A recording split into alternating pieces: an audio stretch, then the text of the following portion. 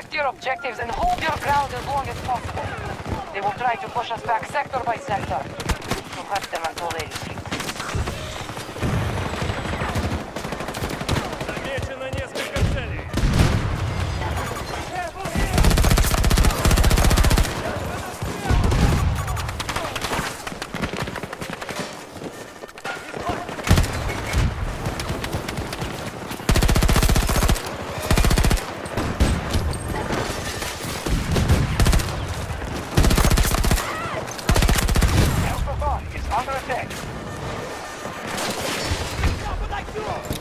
I took them!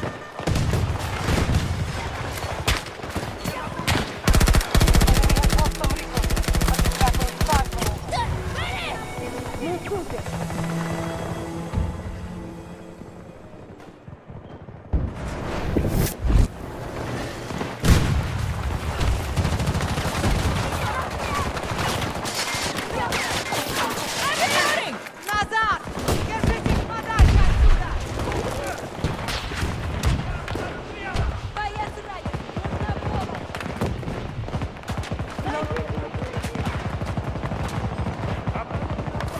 They can't hide from me! Here! Enemy down! Heading for enemy!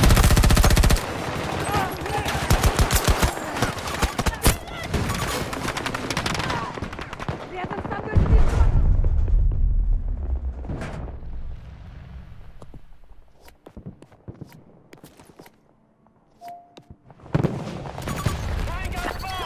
Due south! Lead out of here! US forces attacking one of our objectives. You need to head back. You've left the engagement.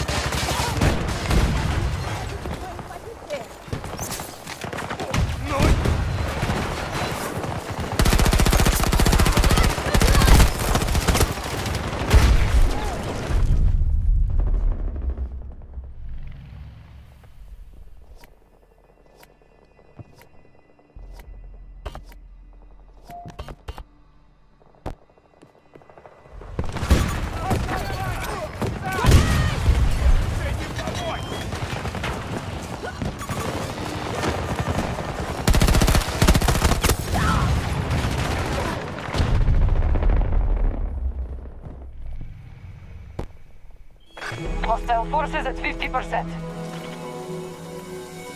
The enemy pushed us off Alpha 1.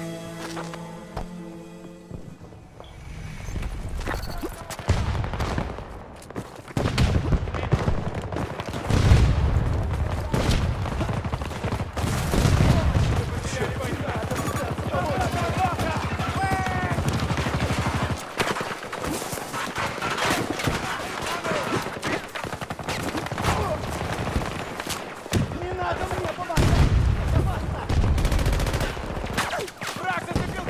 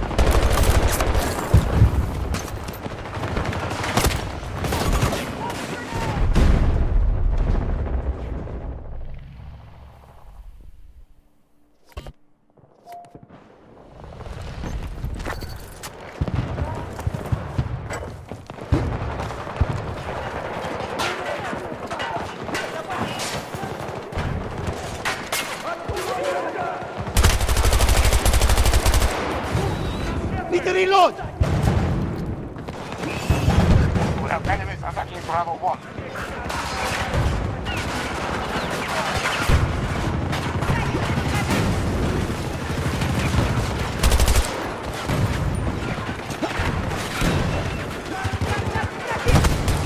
Extreme weather is forming in the region. Be careful, but do not let it stop you. That storm will hit soon.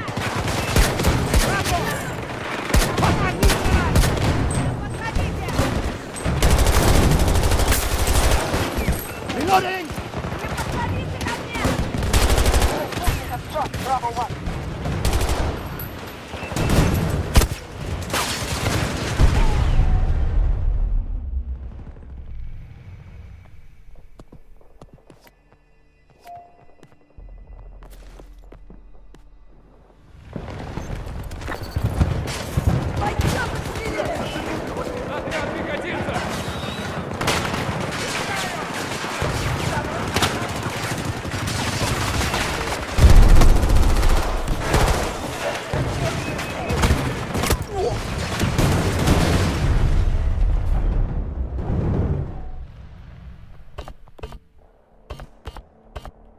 Hostiles invading one of our objectives.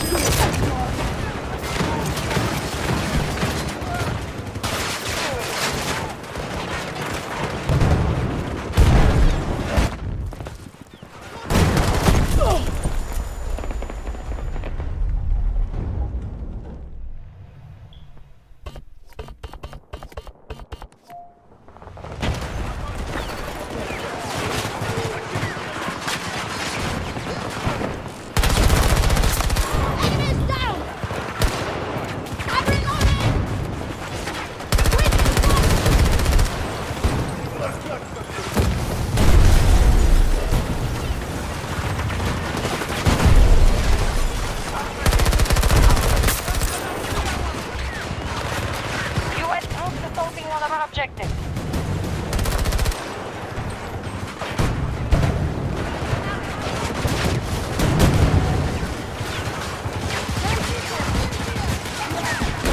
They have expended half their resources.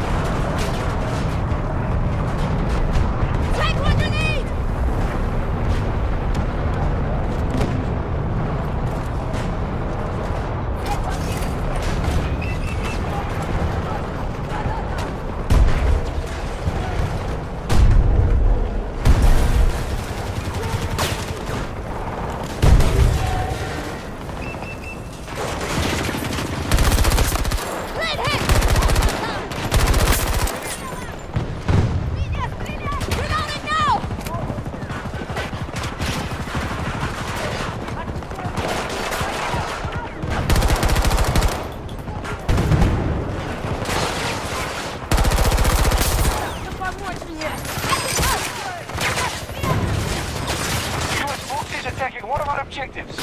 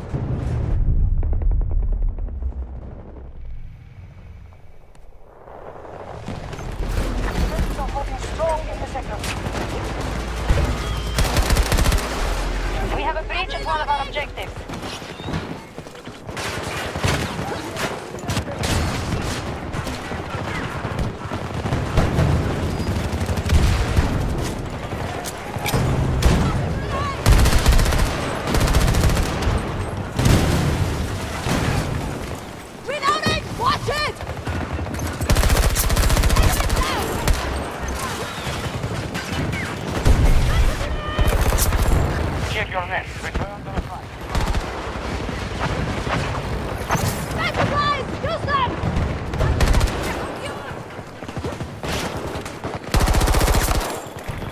Reloading weapon!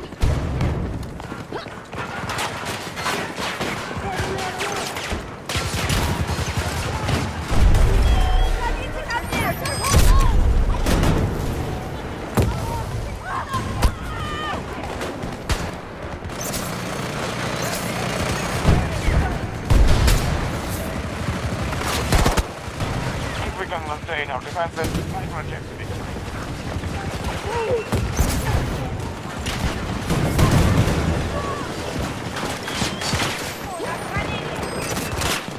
I need to reload! I'm reloading! Come on!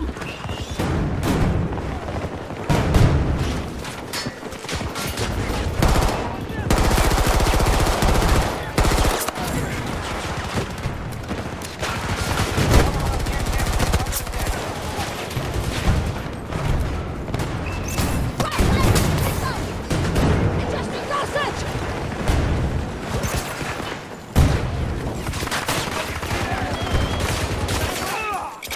Grenade ongoing! Я не могу пошевелиться! Помогите!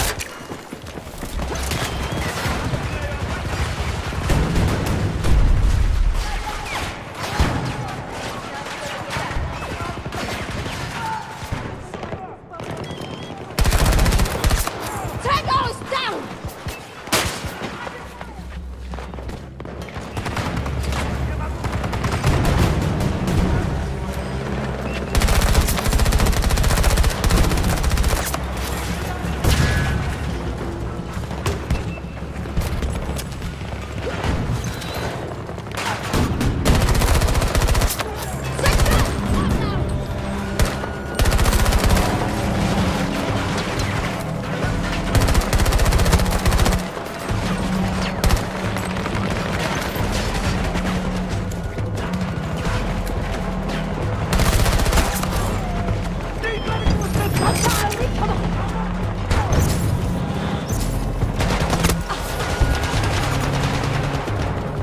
We have failed to hold. Bravo 1.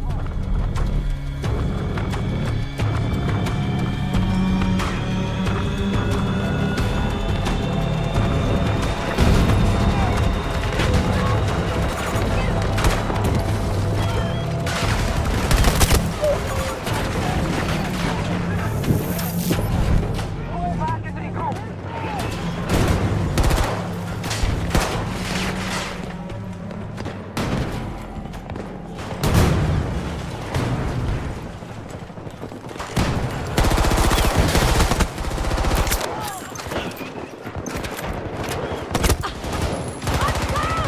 Need assistance!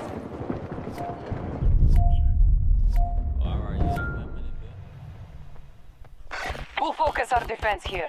Protect the new objective.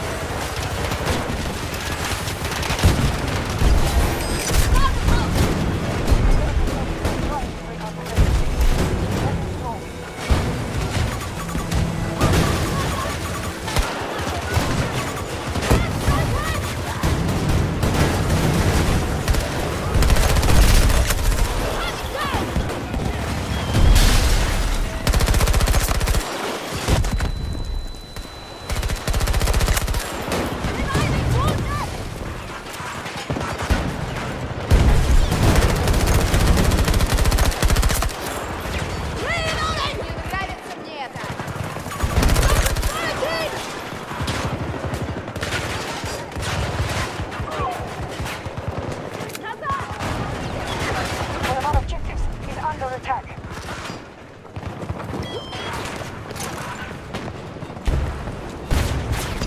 We need you! Hold on!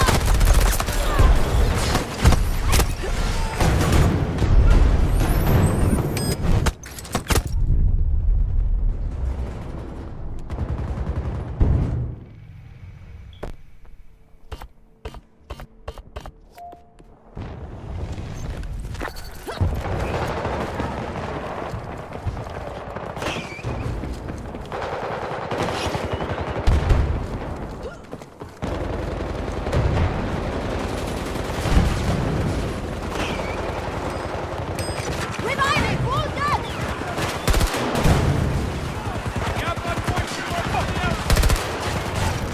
Hostile forces are severely weakened. We must hold until they break. Mission complete!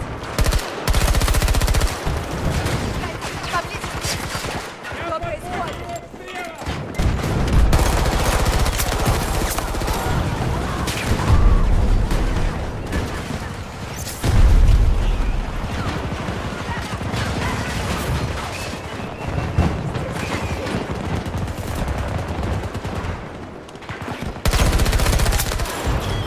I'm reloading! Target down!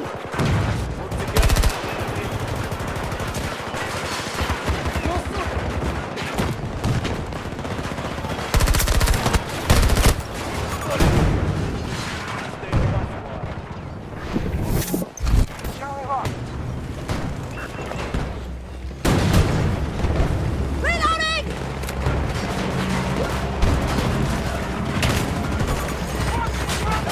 I can help!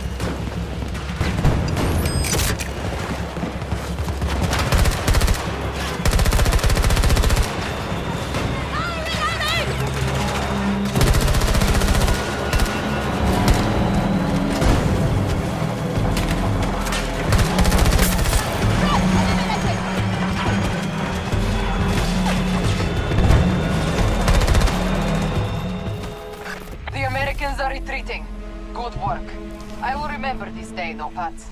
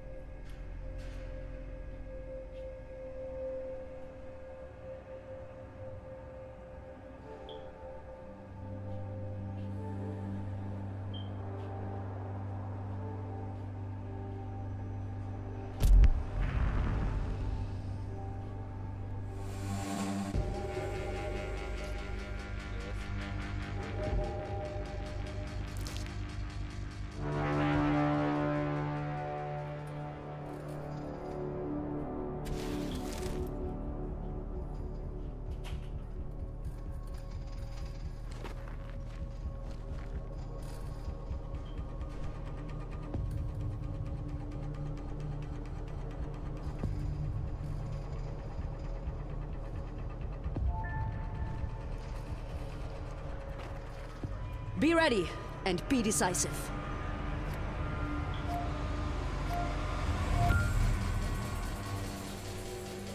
America and its Canadian ally have been developing illegal technology, and they've been caught. You will secure the base sector by sector. Your force is limited, and the Americans will attempt to drag out the engagement. Strike decisively, and this risk to the world can be put under Russian control. Out.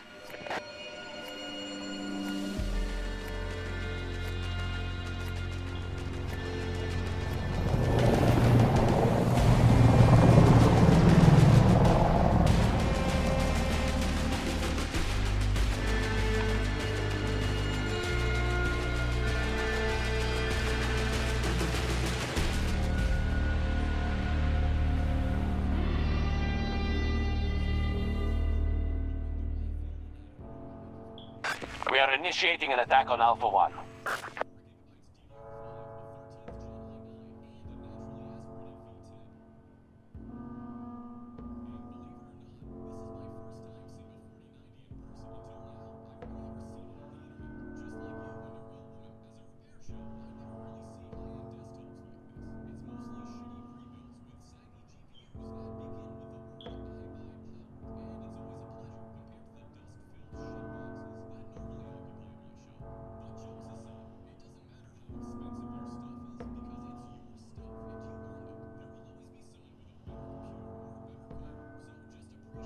Initiating attack on objective Alpha 1.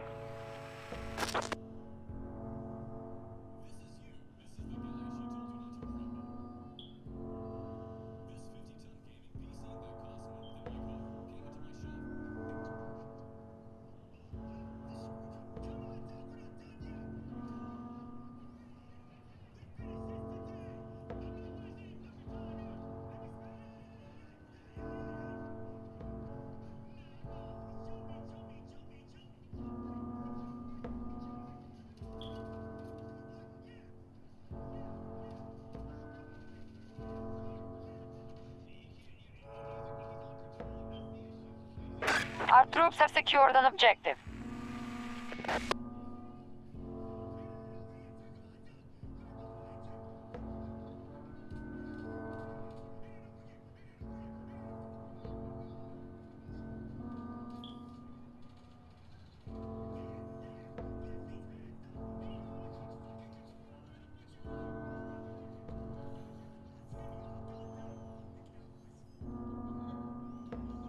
We are moving to seize Alpha 2.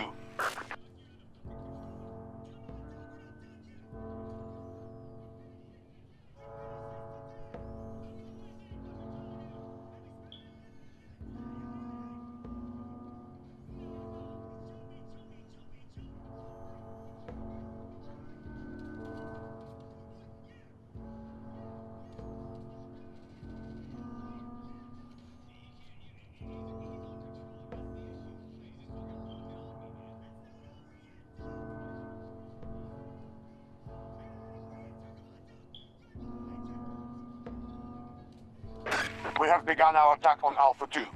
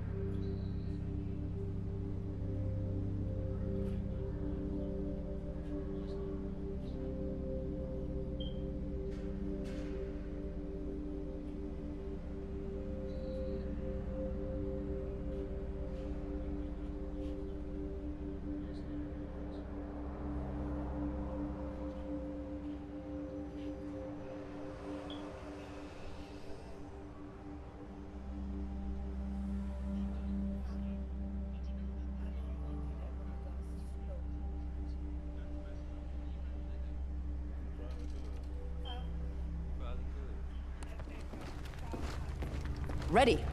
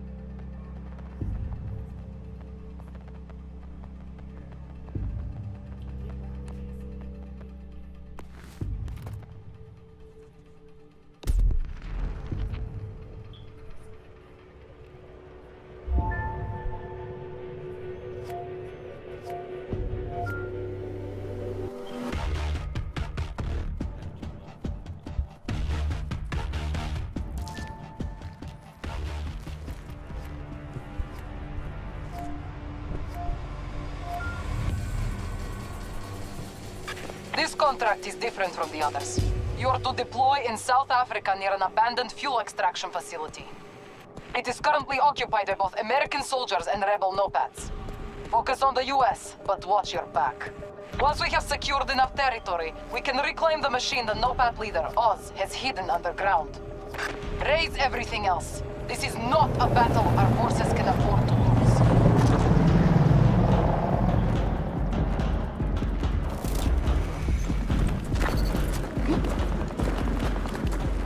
Protect your objectives and hold your ground as long as possible.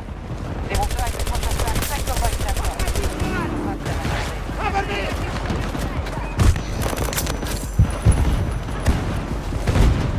Alpha 1 under assault.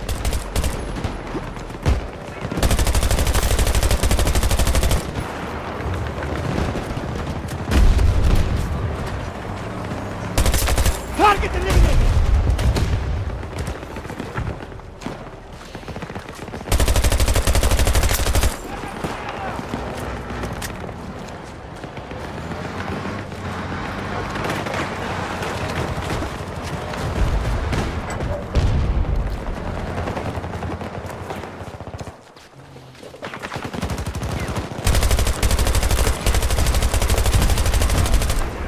I'm out! Reloading! Tango down! On the barrel! Up to reload! One of our objectives is under attack.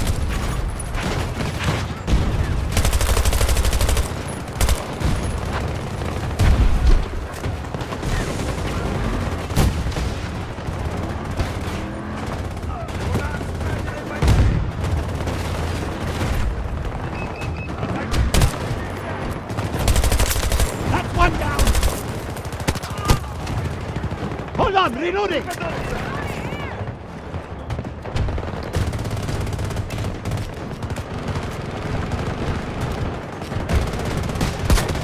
Fire!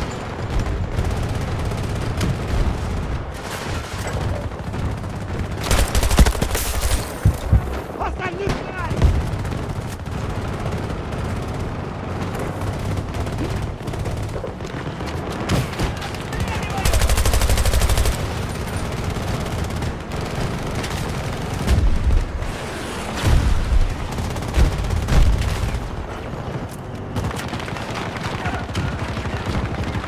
US forces attacking one of our objectives.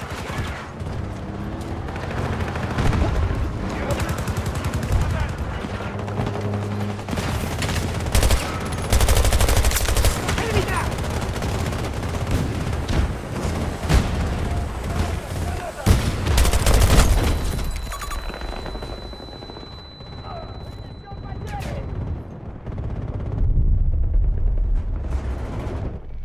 We have a breach at one of our objectives.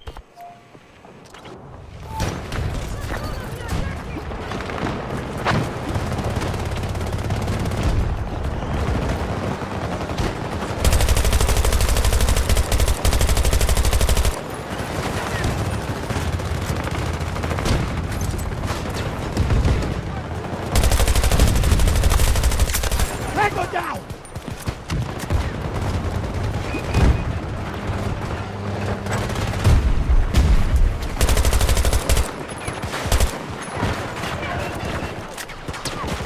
We're weakening them. US forces are being depleted.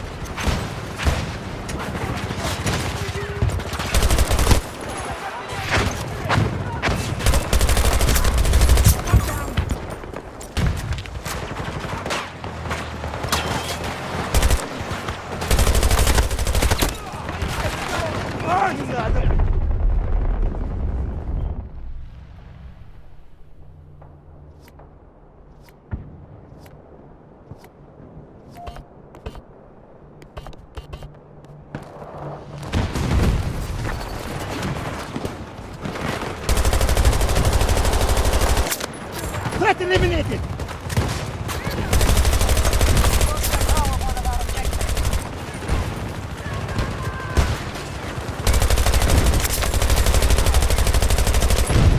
Cover me!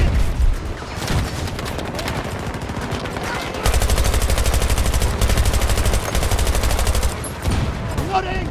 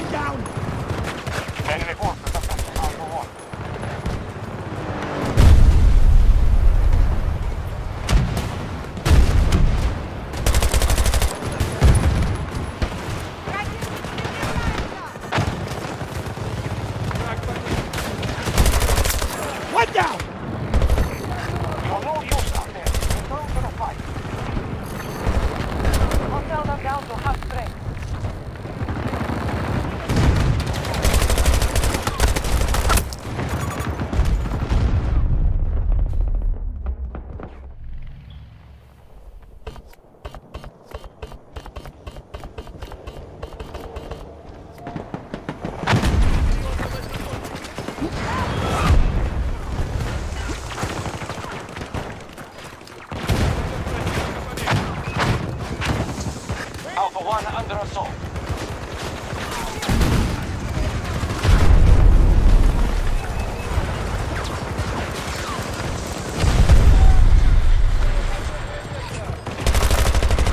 Target eliminated!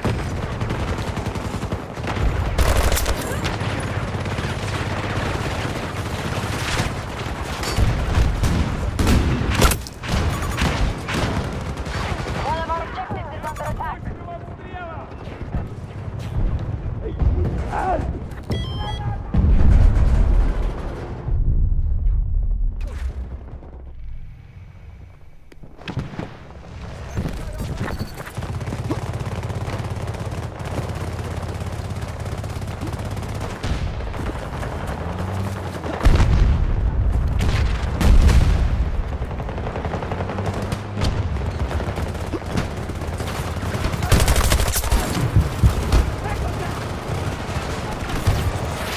We've lost control of Alpha 1.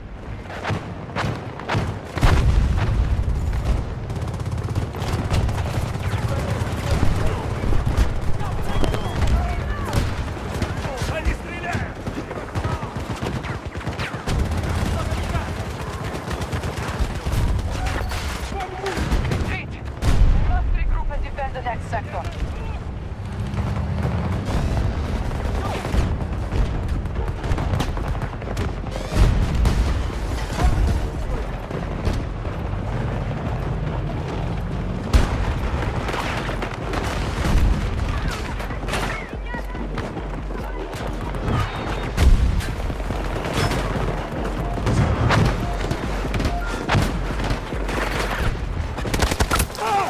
Guard your new objectives.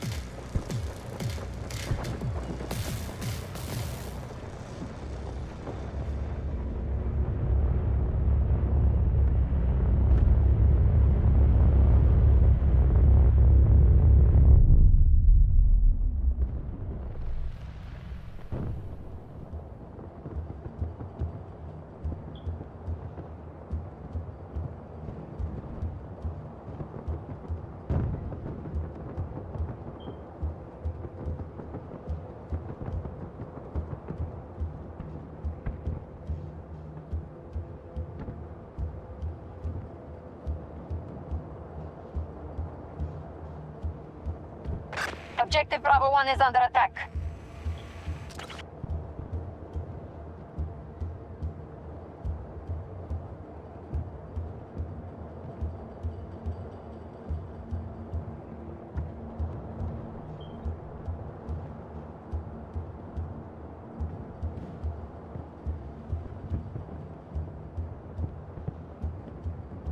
Our enemy has spent half their resources.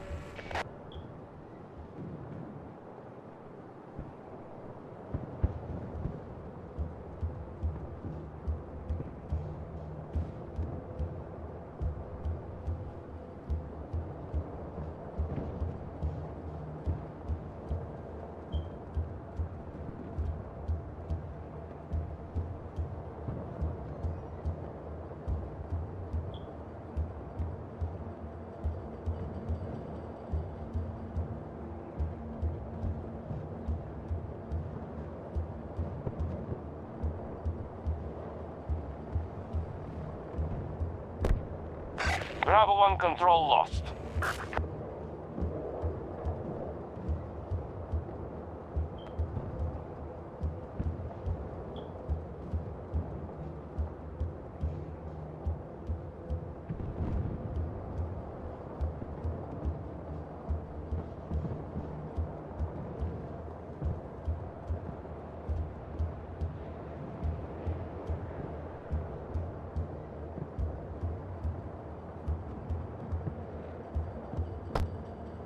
US forces have taken this sector. Fall back and regroup in the next.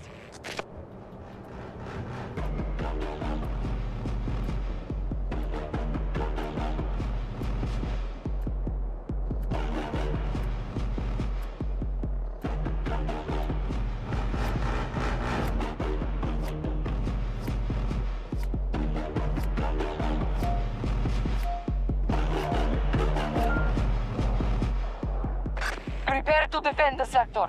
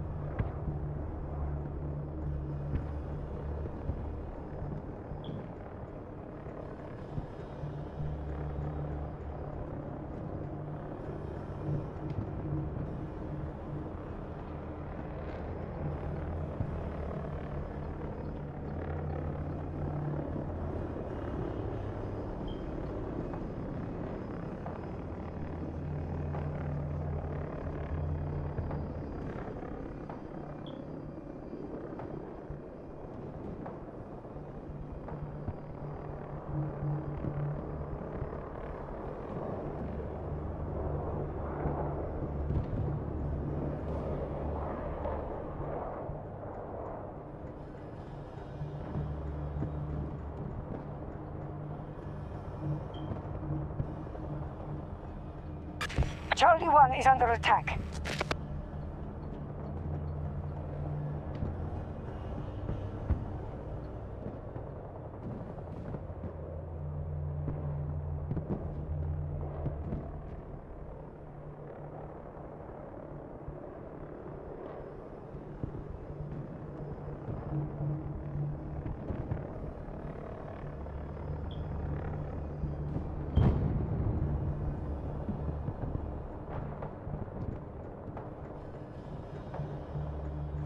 We have a breach at one of our objectives.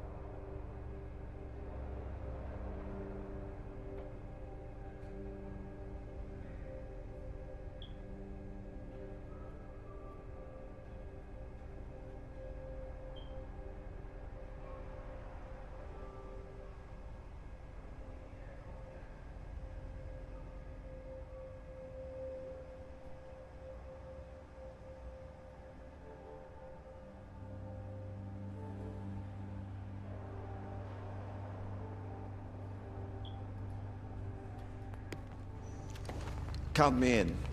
Let's go.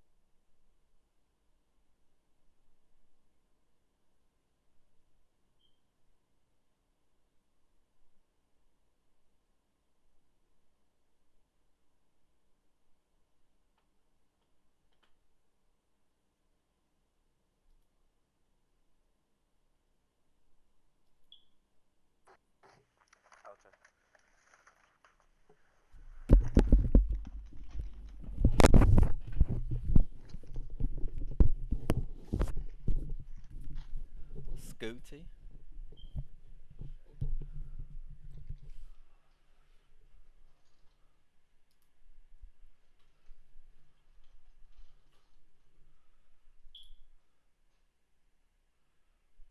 Cyberpunk game known as Cyberpunk Orion. So in this video we're going to be going over the brand new updates in regard to this brand new sequel, as well as diving a little bit deeper into what Orion means in the Cyberpunk universe. So let's start off with the latest update from VGC.com. CD Projekt has provided an update on its Cyberpunk 2077 sequel plans. Project Orion is on a conceptual design level right now. So the company said last September that Phantom Liberty would be the only expansion for Cyberpunk 2077, but that after its release, Project Orion would begin development at a new US-based studio called CD Projekt Red North America.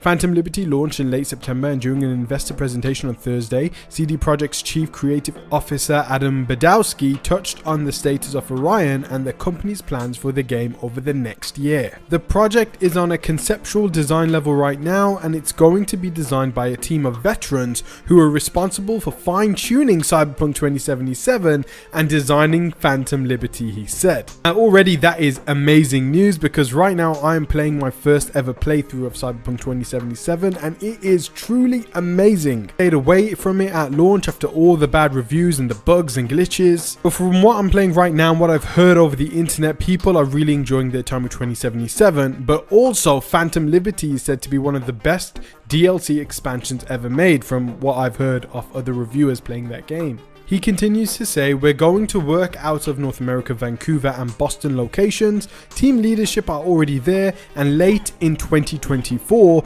we're going to work with teams comprising several dozen people, while as a target, half of the developers are going to work out of northern US and the other half out of Poland. So they've got 3 major studio locations, all conceptually designing and giving ideas of what the next Cyberpunk should be.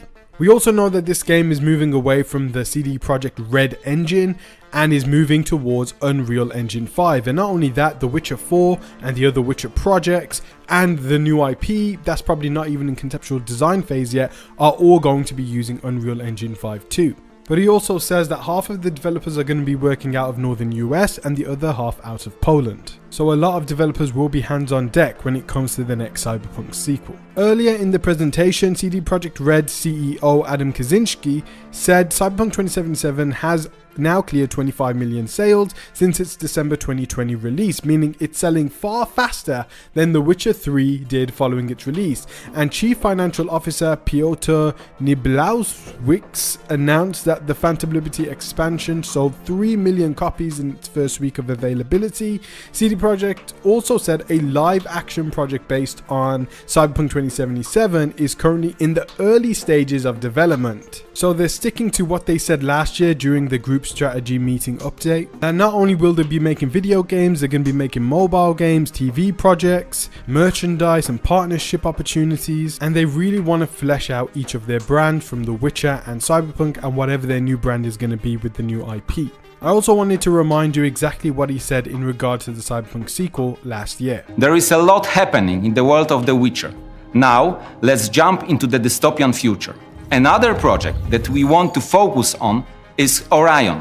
Again, it's a codename. The next Cyberpunk game that will fully unleash the potential that this universe offers. Our ambitious plans will require a lot of work, dedication, and further growth of the team.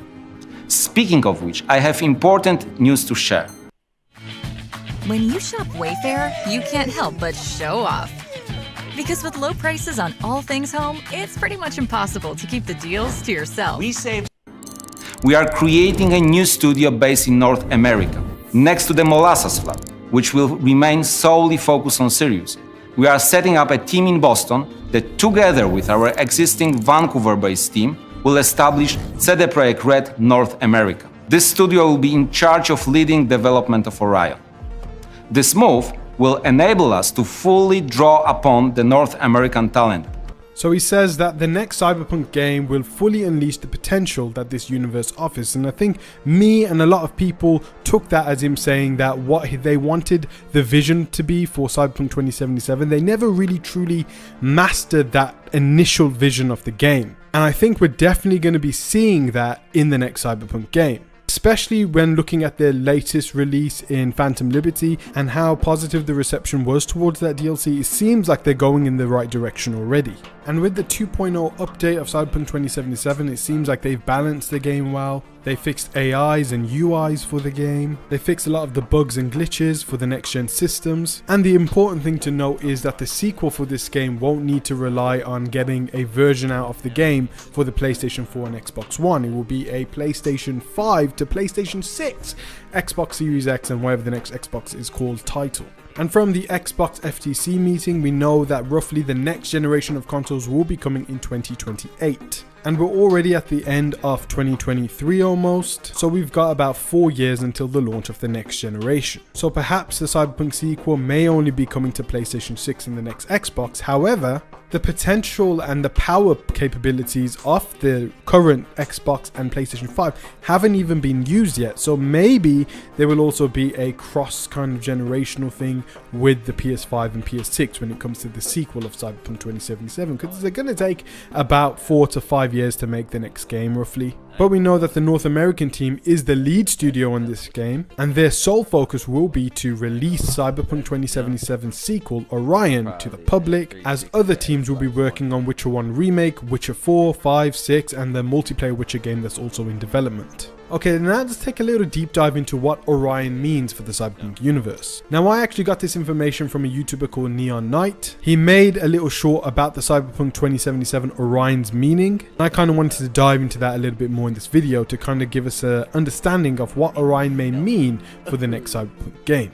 So Orion is actually a corporation from the USA specializing in special ops missions and search and rescue situations in the Cyberpunk 2020 pen and paper RPG. They're considered to be an elite top-tier team that specialize in extraction operations. Their promise is that they'll get your loved ones back to you within 72 hours, and they're very expensive, of 20,000 eddies in the continental US and 30,000 eddies in the Western Hemisphere. So it would be interesting to see the Orion Corporation make its debut in the sequel to Cyberpunk. The Neon Arcade also mentioned something very interesting. He said that all the upcoming projects of CDPR all were named after stars. However, Project Orion is actually named after a constellation, which he says that could hint to this being a much larger project than those in the Witcher universe. And the fact that they're getting to work on the Cyberpunk sequel, I know it's normal for developers to work on the next game so quickly, but I really do love the fact that they will be having a dedicated team towards the Cyberpunk sequel, and all the Witcher projects and the Cyberpunk sequel will be made simultaneously. So it's going to be very interesting to see how Cyberpunk ends up looking on the Unreal Engine 5 engine, and we hope to see a lot of the cut content from Cyberpunk 2077 make its way into the Cyberpunk sequel. We should get wall running, close quarter monowire hacking, denser cities, some destructible environments, but I may talk about more of these features in a separate video.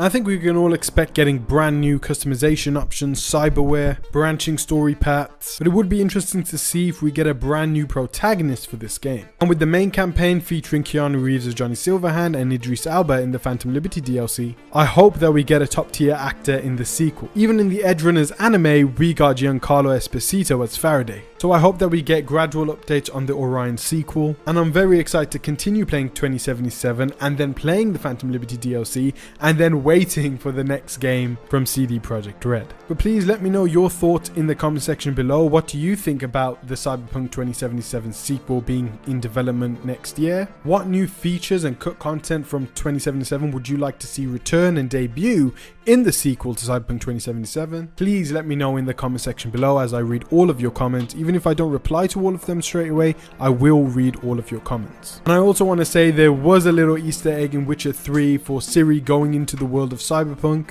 And before the launch of 2077, I really wanted there to be an ashen-haired girl quest, and Ciri makes a cameo in Cyberpunk, and we kind of see her experience in the Cyberpunk world just for a little side quest. And I really hope we get that in the sequel to Cyberpunk 2077. Just a little thing that I really wanted in 2077, but I really hope that we get to see something like that in the sequel to Cyberpunk. But guys, thank you so much for watching. Peace out, God bless. I want to do a lot more Cyberpunk videos. I also want to do GTA 6 videos, Witcher 4 videos, Starfield, a lot more.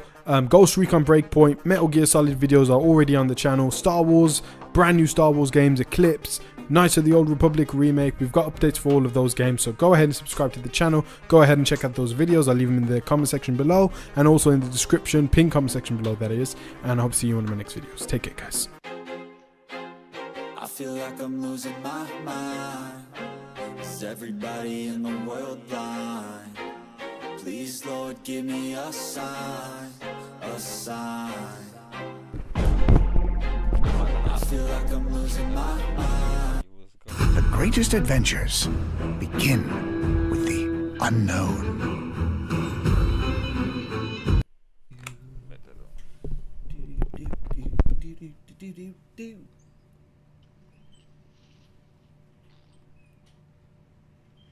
Alright, go live.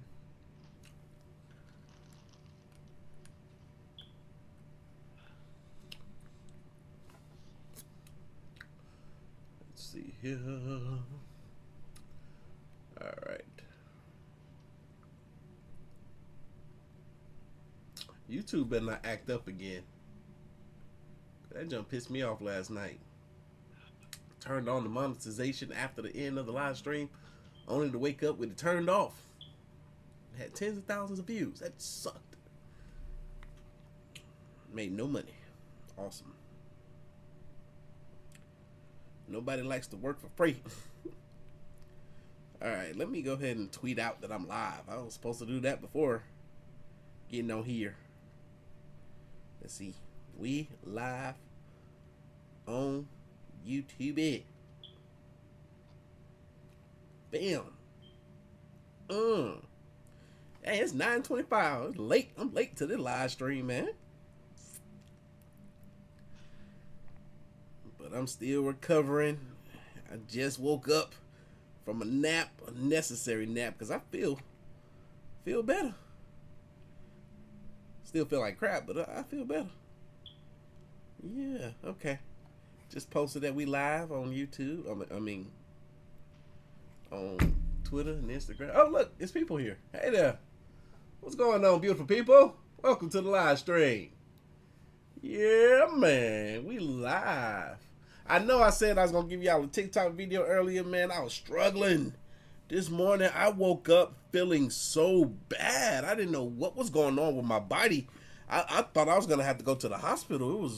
It was weird. It was scary. It was very uncomfortable. But I kind of just sat with myself for a moment and just kind of let it pass, and it passed. Checked my blood sugar and everything. Nothing was outrageous, but, you know, stuff was a little high, but not nothing crazy. Not for me to be feeling the way that I was, but nonetheless,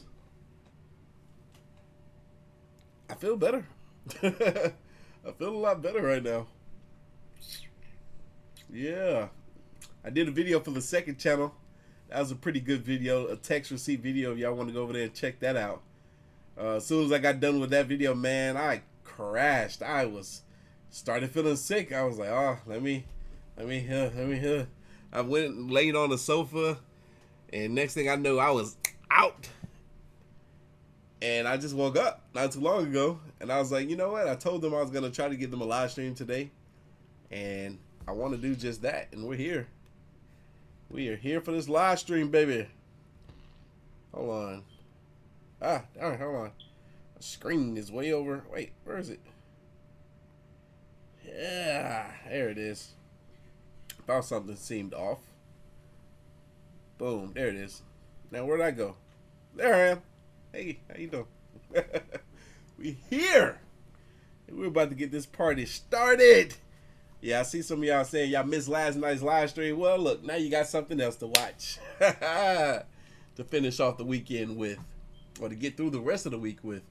I'm still going to try to give y'all that TikTok video tomorrow, the conspiracy theory video. I haven't done a regular upload in like 2 weeks, or at least one of those kind of uploads. I'm way behind. I hate it too. I need to get on it. But we're here. And we're about to get into it. Y'all, this first video is from the man himself, Slap Ham. Video so creepy, you'll hide in the comments is the title of it. Y'all ready? What up, AOK Mafia? What the heck is in my hat? That junk felt like it was crawling on my forehead. What up, AOK Mafia? It's your boy, Art of Kicks, and just like that, we back with another one. We're about to get into this. Y'all ready? I'm ready. Again, for those of y'all that's just getting here, this video is titled, Video So Creepy, You'll Hide in the Comment Sections. Let's go. How you doing? I'm Callan, and this is Slapped Ham. You're about to see some of the most mysterious video clips that are trending on socials right now. So hit that subscribe button and get ready for more mysterious content. Just like this.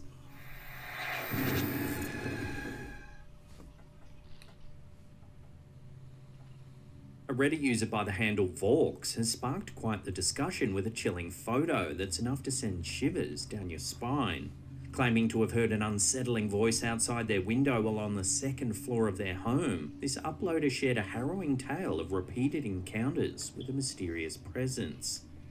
Describing the unnerving experience, the user recounts, "Initially, it was just heavy breathing, that deep kind of breathing. I turned off the AC and the TV to listen, and it wasn't me. The sound was coming from the window, but I decided to ignore it. However, subsequent encounters with the same eerie sound, reminiscent of something out of a horror movie, left them seeking refuge elsewhere in the house, unable to shake the feeling of an uncanny presence." Adding to the intrigue, the Redditor revealed a haunting discovery from their childhood. Recalling a photograph taken by their mother, a spine-tingling detail emerged upon closer inspection. See an There's eyeball. the presence of what appears to be a ghostly child lurking just behind them, inside of a cabinet. Is that a ghostly child or another child? Like maybe an older sibling? The poster said that once their mother noticed the eyes in the photo, she quickly looked through the cabinet, but there was nothing there, just a few blankets and some bed sheets. So could the child in the cabinet be somehow connected to the Reddit user's recent experiences? Or is it all just a coincidence?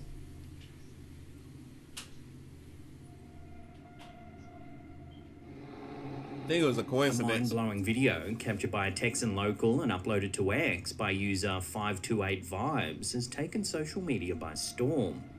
Filmed in Garden Ridge, Texas, the footage has ignited fascination and speculation. The leisurely hang-gliding excursion suddenly becomes a close encounter of the unidentified kind. Take a look. What in the world is that? An unidentified flying object passes by. Yeah, what the what?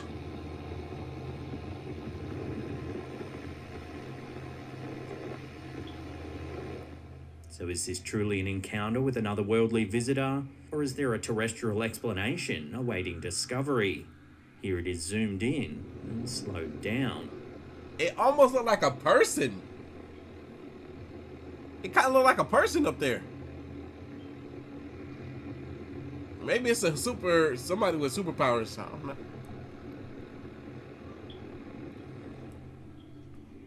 Now here's some enhanced stills. Okay, never mind. What is that? Is that the same thing? Nah, what's that? Never mind. That don't look like no person. What is this? From the video. So what do you think this is? Love to hear your thoughts and theories on this in the comments down below. Mo, I was never going skydiving. This shit.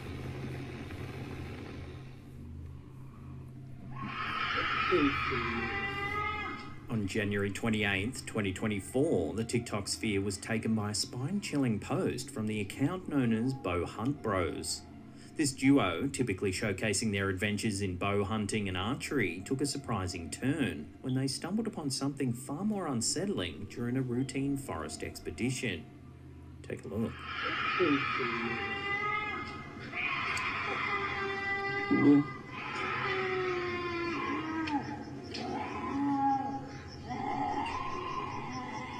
Subsequent posts from the OP have reassured followers that they emerged from the ordeal unscathed. Yet the lingering question remains, what was behind these blood-curdling screams? Speculations run rampant, ranging from the possibility of encountering an unknown animal to the unsettling thought of a human in distress. Whatever the case may be, this wild encounter would leave even the most seasoned of hunters unsettled.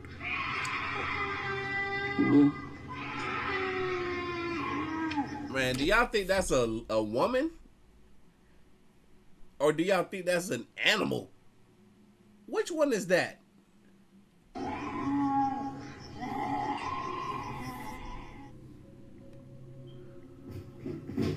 A mysterious TikTok user known only as 666 Manchester has been captivating audiences with a chilling series of videos showcasing inexplicable occurrences in what appears to be an exceptionally haunted house. In these hair-raising clips, the uploader can be seen going about his daily routine, only to be interrupted by what appears to be the eerie manifestations of the supernatural. Didn't expect that one, guys. Bro. I'm not even going to touch the chair. Like someone will say I'm taking the fishing line off or something like that, so I'll just observe it like this now, guys. In one particular... Yeah, hey, yo, he's smart. He know. He said, I'm not going to touch the chairs or else somebody will say that I'm taking the fishing line off. Bro, I ain't seen no fishing line. And this ain't no potato 99. This is some clear footage right here, man. Settling video, the OP relaxes in a chair when strange things begin to happen. Fucking hell, lad. Whoa! Bro. That, guys, I'm out. What the f? That's the worst one yet. What the f? Another clip captures more unsettling activity. Lines keep opening. I've not got a clue what's going on. So, there's a priest coming next week. I've had enough, you little bastard. That was quick. There's a priest quick. coming next week. Oh. That was quick. Desperate for a solution, the OP takes matters into his own hands, resorting to filling a water gun with holy water and dousing the blinds in an attempt to quell the ghostly activity. I hope it works. What's that white thing, guys? Can you see it? It ain't working. Oh, hello. The holy water ain't working. Holy water in here. Just experimenting, guys, at the minute. I'm trying to learn as much as I can before I go holiday next week. However, the intervention only seems to exacerbate the situation as a nearby lamp begins to shake and flicker. I'll be doing that. But yeah, did you see that white thing, guys? Oh, guys, I'm actually going a bit earlier. You saw the lamp? That little lamp was just shaking on the table. Bro, this man might have a haunted apartment for real. Man, yo, this is crazy. He just be chilling right here and stuff is happening. This little lamp was shaking. That is a new one. Despite the uploader's best efforts to document and address the alleged paranormal disturbances, a resolution remains elusive. I can't be arsed, it's all today. Off. I've had f***ing enough. Finally. Put the f***ing telly back on. FTL, I've baby. had enough. Off.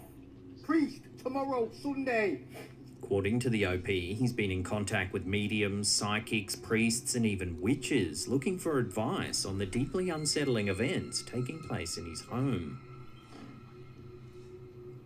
Look at that. Light flickering, door open and closing. Fuck off. Lights, just come on. Hey, ask the ghost if it'll turn the TV on for you, because you ain't had the TV on yet. As viewers anxiously await closure, one can't help but wonder if 666 Manchester will eventually triumph over whatever seems to be plaguing his home, or if a move to new surroundings may be the only escape from the relentless activity.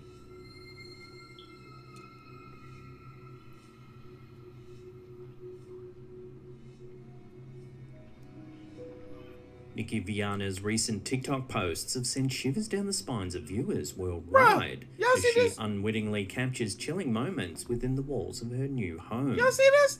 It's a rose flying. That's a beautiful kitchen. Good God. Wait, hold on. That's a beautiful home. Y'all saw that rose? On video, while Nikki goes about her daily tasks in the kitchen, a home security camera catches some odd activity.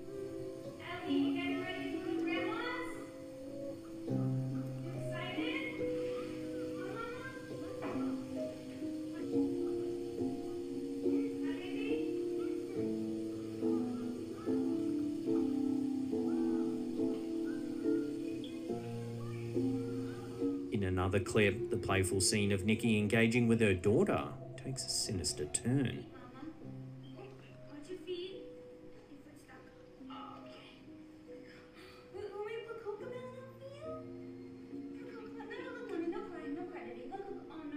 Watching closely, you can see a giraffe doll inching forward on its own.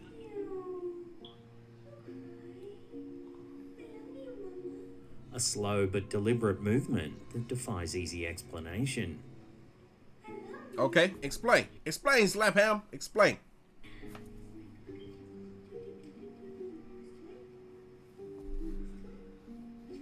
Nikki's shock upon reviewing the footage is palpable, prompting her to contemplate a hasty relocation, desperate to flee the inexplicable occurrences haunting her home. Shout out to Mike. Shout out to Mike for gifting 5 channel memberships. Make sure y'all thank him. And y'all, if y'all didn't already, I need y'all to spam the chat with a slap and a ham emoji for slap ham, big baby. Home. The terror escalates in yet another video as the mundane act of kitchen chores is disrupted by an unseen force.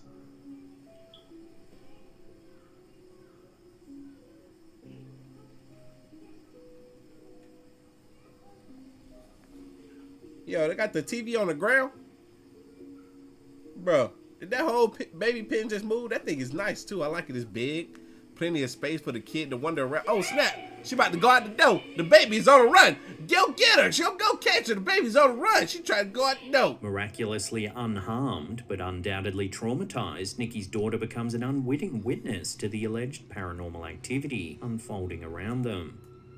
As Nikki grapples with the horrifying reality of her situation, the urgency to vacate the premises grows stronger. Will she heed the warning signs and escape the clutches of whatever it is that seems to be lurking within their home? Only time will tell. But one thing remains certain. The spectre of fear looms large, urging Nikki to flee before it's too late.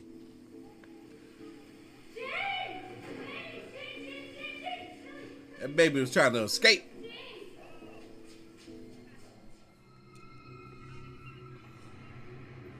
A mysterious TikTok video has sparked intrigue and disbelief after being posted by user Knitsworld from Fresno, California. Bro. Filmed in the dead of night, the footage presents a perplexing anomaly that challenges conventional understanding.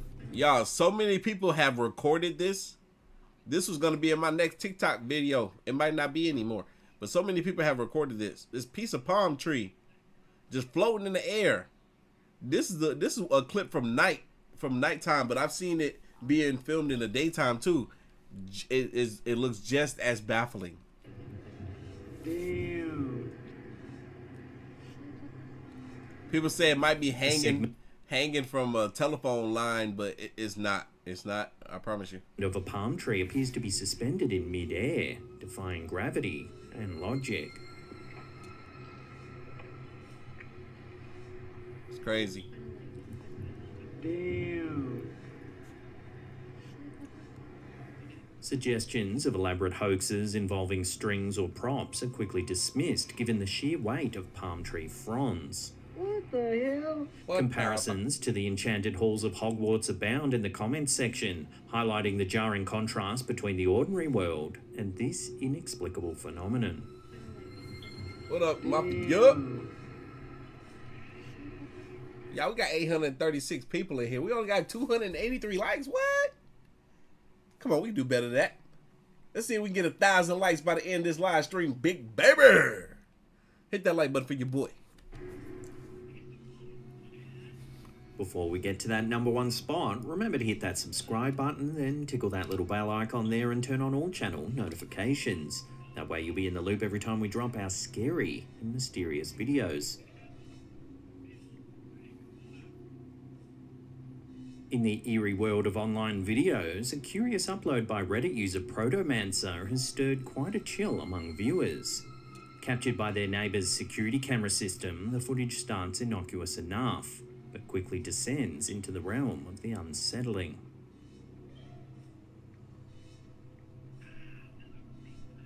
In the dead of night, a figure emerges, not walking, but rather slithering across the uploader's neighbour's front yard.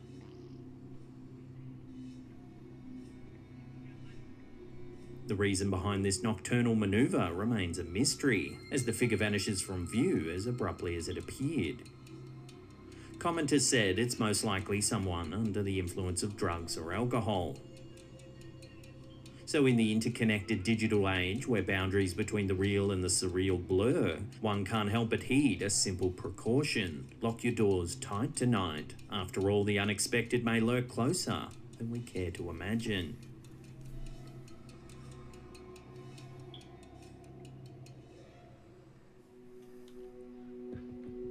Have you ever heard the terrifying true story of Annalise Michel? Maybe. We took a deep dive into this haunting case over on our second channel, Slaptham Mysteries. Here's a little snippet. In the quiet town of... we don't want to spoil it, because we're going to be checking out some of his content on his second channel soon. Be on the look for that. Be on the lookout for that. But we got another video to check out. We got one more video. And of course, shout out to everybody on the website copping some merchandise.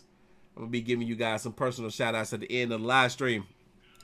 For those of y'all that missed it yesterday, I did something. I got y'all something. Something came. I'm looking for those somethings right now. Hold on. Dang, are they all gone already? Dang, that's crazy. They was right here. Well, that pack must be all out. Shh, hold on, let me grab the other one then. Dang.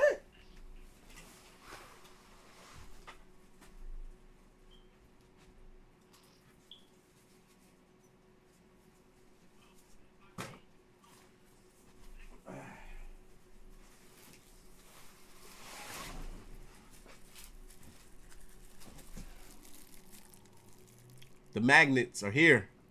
Y'all asked for magnets, and I got y'all magnets. I got a bundle set available for you guys as well. So if y'all want to get them in a bundle, get it discounted at a discounted price, those are available on the website. Also, the stickers for the first time ever are also available in the bundle pack as well. Get your stickers in the bundle pack, get your magnets in the bundle pack, all available right now. I'll be shouting you guys out at the end of the live stream. I did the bundle set of the stickers today. People found those and they were copying those. I'm going to be shouting you guys out. But let me go ahead and jump into the next video. Let me find it first. I know I did something with it. What do I do with the video? What do I do with the video? Like I said, we got one more video this evening. Is this it right here? Yes, it is. And it's longer. It's about 10 minutes longer than the last one. This is the last video for the night, but if we can get 800 likes by the end of this video, I'll do one more video. Like I said, we're trying to get 1,000 likes by the end of this live stream. We're halfway to 800. Hit that like button for another video. Y'all, this is 10 scary videos that will haunt you. Sir Spooks, let's get it.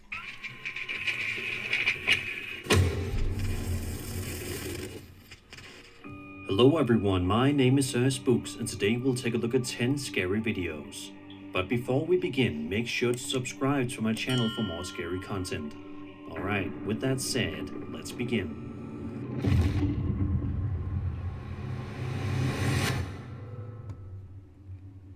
This first video comes to us from Reddit user known as TopherPhoto, who uploaded the clip to the wildly popular Ghost subreddit, and has been the talk of the community ever since its upload date.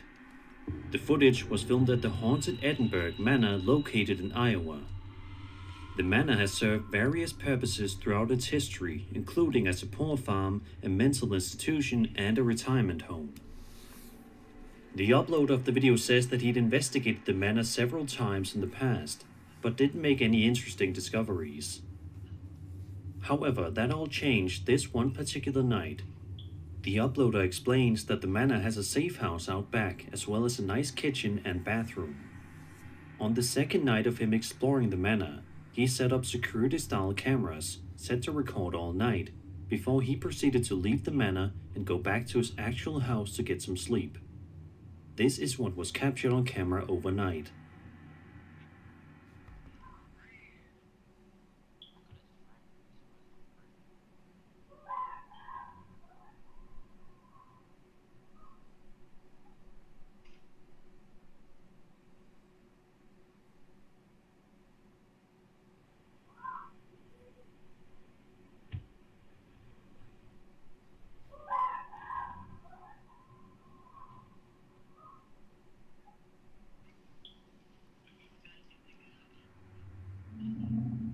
Creepy, right?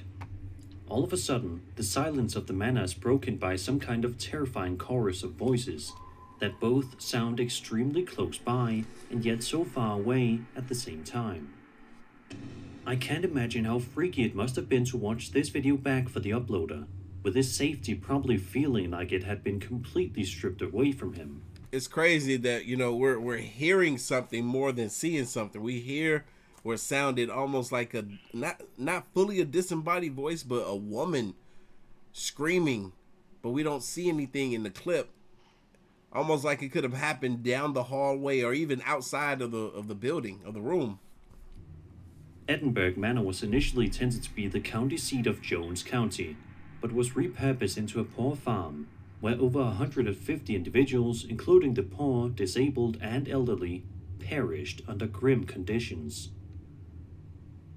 The manor, operational from 1911 to 2010, has gained notoriety as one of the most haunted places in the USA. Ghost sightings, EVP recordings, and paranormal occurrences abound, with specific spirits identified on each floor.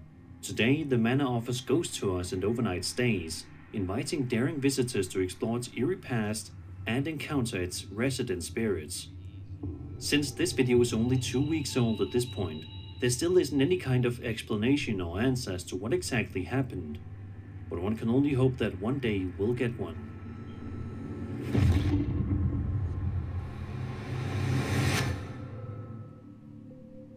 A Reddit user known as OKAssistance5385 posted to the aforementioned Ghost subreddit and uploaded a clip that was taken from his home security camera, asking for some theories. He writes that when he was away at work, his wife texted him the following piece of security camera footage, saying that she was incredibly spooked by it. After watching the video, it's not hard to see why. Take a look.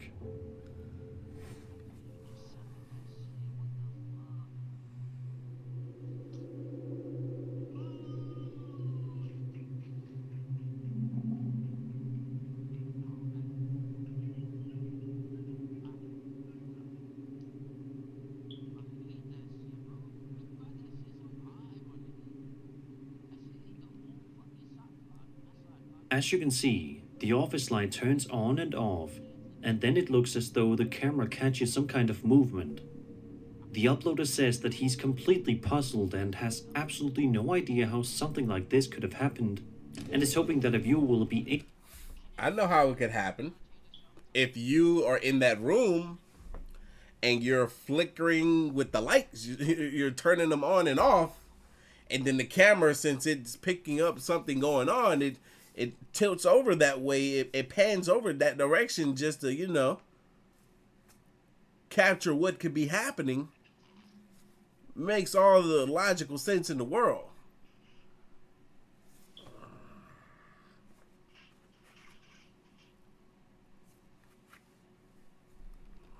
able to help him figure it out. So what do you guys think is going on in this creepy video? Do you think there's a paranormal entity lurking around in this guy's house? Or maybe it's the guy and he's in that room and he's just playing with the lights, trying to create a viral video. I don't know. Flicking light switches around. If so, then why?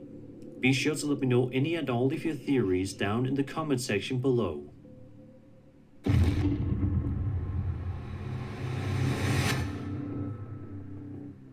This video was posted to YouTube by a user named ViviHurtado72 and was filmed inside of a seemingly ordinary hospital located somewhere in Manzanillo, a city in Mexico.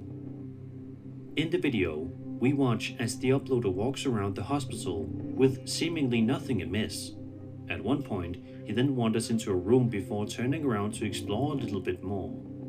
He then starts to head down one particular corridor, but it's right about here in which this seemingly normal and mundane video turns into something terrifying, to say the least. Have a look.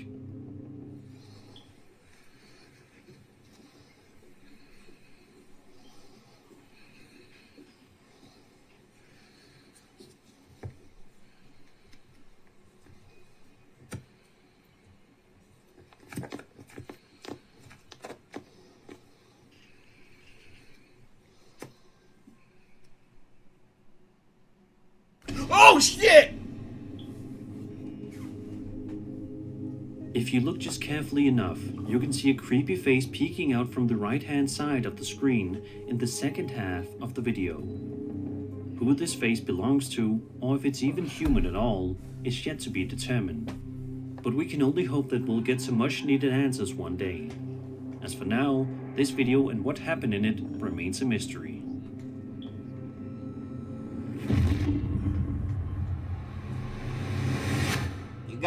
You got me on that one. Reddit user ArtCry1315 posted this extremely fascinating video to the popular UFO subreddit.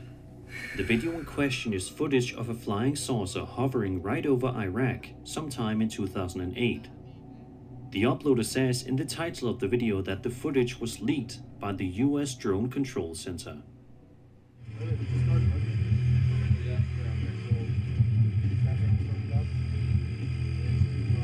I ain't seen this footage before, I don't think. Roger. Is this some new Hummers or is this some new old UFO footage?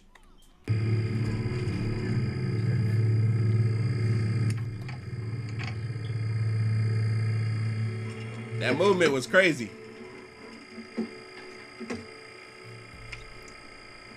Ooh, it does look like a saucer.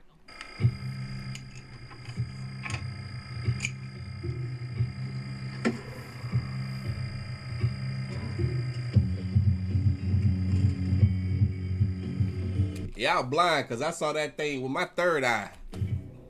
After watching this very interesting piece of footage, one might want to know if there's a bit more to the story, and as it turns out, thanks to one commenter who found a post by the OP on Twitter, there is. Here's the OP statement. Quote, "Hi there, so this is a video from my camera while I was deployed, viewed through a thermal night vision display out of an LAV-25 in the gunner's seat. This video was taken at night. I don't recall the exact..." TNT auto detailing says, FTL, first time live, big baby. Altitude slowly rising. It seemed much different than any fixed wing or rotary wing aircraft, so I started to take a video. I did cut the video short, but I continued to observe it rising much higher until it completely disappeared from sight. While in Iraq, this was the only video like this that I captured. I was also deployed to Afghanistan in Helmand province in 2010. While on a night patrol to our direct south, we all observed something hovering with left to right movement, emitting multiple colors. It was behaving much differently than anything we were used to seeing. Additionally, there shouldn't have been anything south of us at that time. The object was about 500 meters out and 200 meters off the ground, and we all agreed on what we had seen. I wish I could have taken a video of that incident." End quote. So what do you guys think of this video? Do you think that this footage actually shows a flying saucer hovering over Iraq? If so, how is it possible that this video hasn't completely blown up on the internet? If it turns out to be real, then it probably will any day now.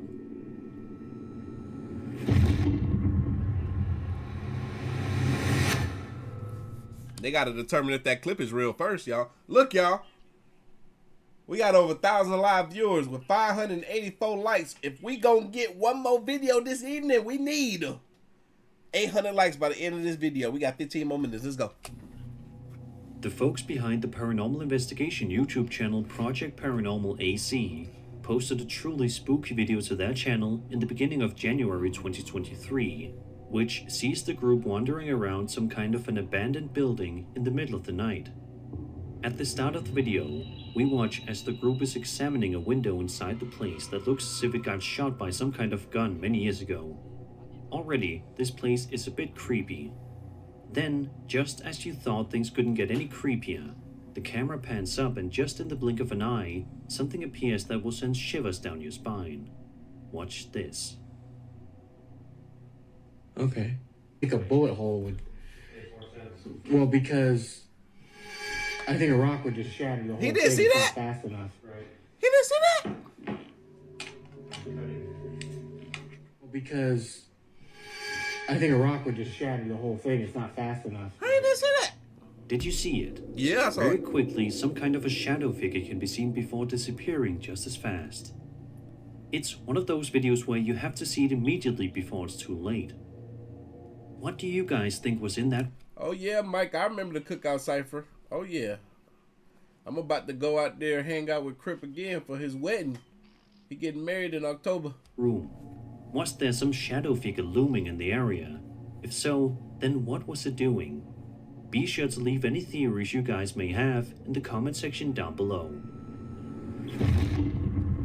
Felicia, I most certainly will be watching that movie. And y'all, we gonna be doing that movie I was telling y'all about tomorrow on my Patreon. So be on the lookout for that. I can't wait for that one. That new horror movie that's out.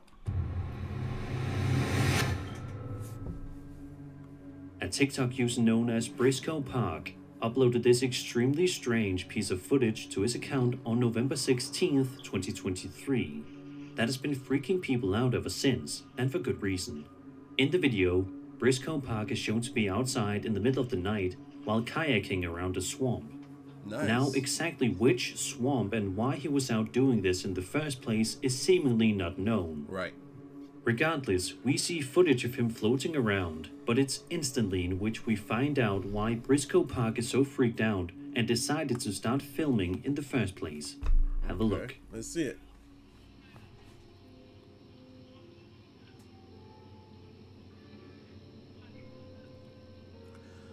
Hey, it looks cool and all out there at night. It looks calm and peaceful. But you wouldn't catch me out there. What if a crocodile or gator snatches your dang on paddle and then you be stuck in the water? You can't move nowhere. Not me. Not me. Yo, where is this dang on freaking clock music coming from? All around, there seems to be a chorus of church bells ringing in the surrounding area, much to the terror of the uploader. While it isn't necessarily a scary sound, the thought of being all alone in a swamp late at night before suddenly hearing this would be enough to give anybody nightmares. Hey, shout out to all my channel members and all my moderators and all my viewers. If you're in here, all 1,121 of y'all, I appreciate y'all for hanging out with me this evening. Decide to leave.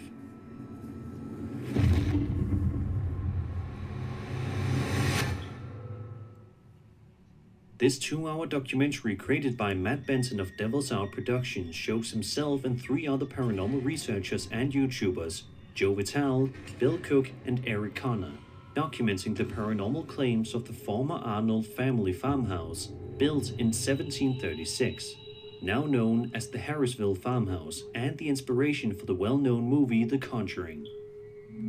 From the moment the group wanders around and steps foot inside the house, it is crystal clear that the place is extremely eerie and unnerving. There's a certain aura to it that's very uncomfortable feeling. But for the first little while at least, we see some of the terrifying footage captured by the former caretaker John Huntington. Take a look at this eerie piece of footage. I hear you out there.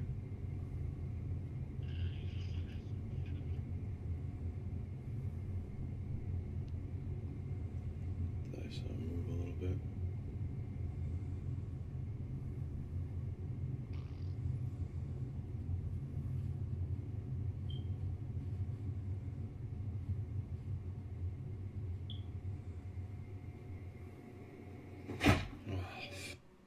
Nope. Not me. Oh. That's the Conjuring house. You better get away.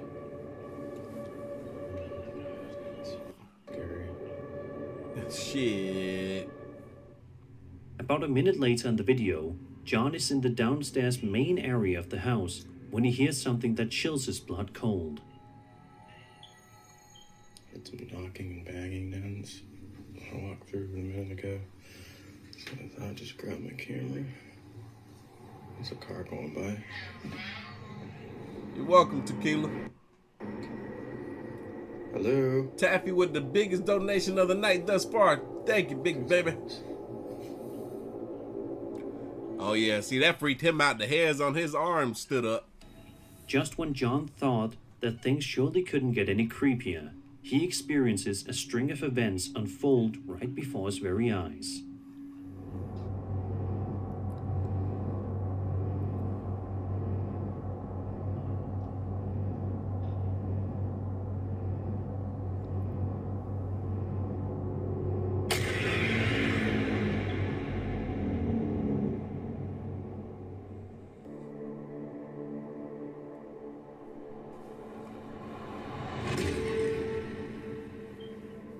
I'm just gonna ask who was here with us, because this is crazy. Yeah, who were there? Alright, you ready, guys? Yep. Oh, it's full. Okay, let me delete that one. Okay, recording now. Who is here with us?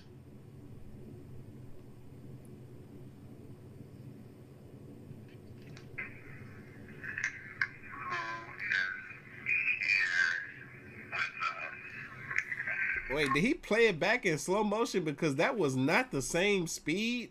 That wasn't even the same cadence. Nah, hold on. I gotta hear him say that again, because that did not sound the same at all. Like that was pre-recorded. Okay, recording now. That was not the same speed. Who is here with us? Now watch it play back. How come it sound different?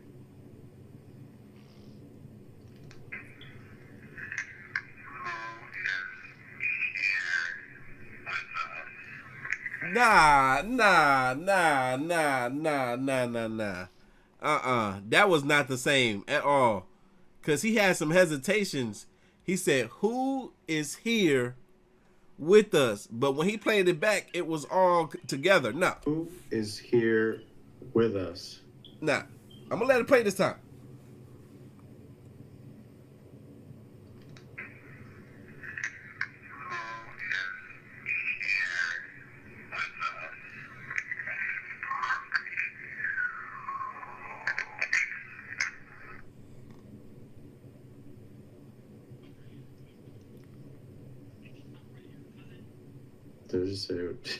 Did I just hear what I think I heard? Yeah, same thing I heard. Cap. I went slow, so it sounds funny. He said he had it on slow. He said he had it on slow. All right, let's hear it again then. What I think I heard? I went slow, so it sounds funny.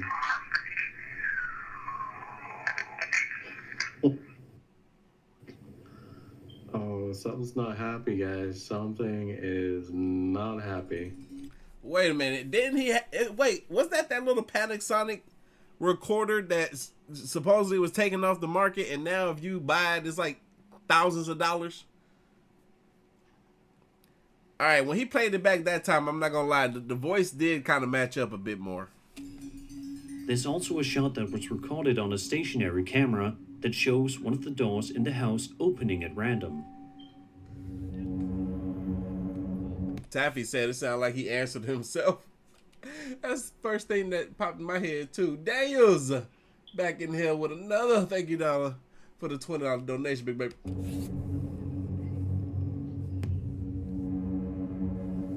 F you. Now we'll switch over to some footage that was shot by Matt Benson and his group of paranormal investigators. All that I'll say about this next piece of footage that was recorded is that if you have a fear of rocking chairs, then you may want to reconsider finishing this video, or else you might find yourself having a sleepless night. I ain't never heard nobody having a fear of rocking chairs, but maybe if the chair's rocking on its own, I think we'll all be scared of that. Y'all, we're about to hit 1,200 live viewers. We got 730 likes. We're trying to get 800 likes for another video. We got 7 more minutes for 800 likes. Take a look at what happens when, in the middle of the night, the group is exploring this bedroom, only to be greeted by this unwelcome sight. At 10:12 p.m., the Heisen family's DVR system captured the rocking chair move on its own. I don't like this room. That's something to be afraid of right there. That chair is rocking all by itself. Bro, that's a small room. I feel like I would hit my head just to wake up to go use the bathroom. About an hour later in the video, that bed, you couldn't fit a bed bigger than that bed in that room. I'm sorry. Look, I know I'm tripping over the freaking bedroom, but look at this little wall right here. You can only put a twin size bed right there. Look at that little wall. But back then, way back then, this was a perfectly acceptable room. About an hour later in the video, we see camera footage of another part of the house, which... That gotta be a kid's room, man. That was a kid's room. It had that freaking Annabelle doll in there. Seems to suggest that despite being dead, ghosts still like to play sports too. Yeah. Alright. Playing catch, fetch, something with this ball. That ball rolling. It's stopping. Is it gonna move again? For the sake of one's mental and emotional well-being, it's best to heed the warnings and steer clear of the real-life conjuring house, leaving its mysteries undisturbed in the shadows where they belong. Man, that's so crazy. These were only some of the terrifying things you wouldn't catch me up in there to capture the real conjuring house. so I'd suggest checking out the rest of the video too. Fatini, what you talking about? It is early in the morning, ain't it, for you?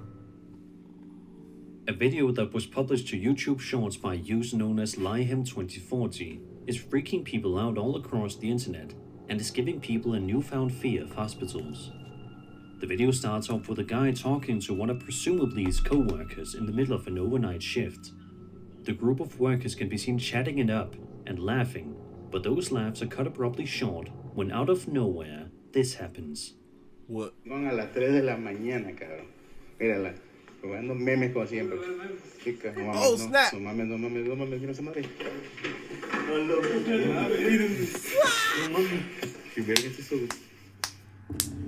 Hey, bro, instead of going to investigate, they all ran away. They was like, no mames, no mames, no mames. Look, man, I had to bring out the no mames today. Oh, man, they was like, no mames, no mames, no mames.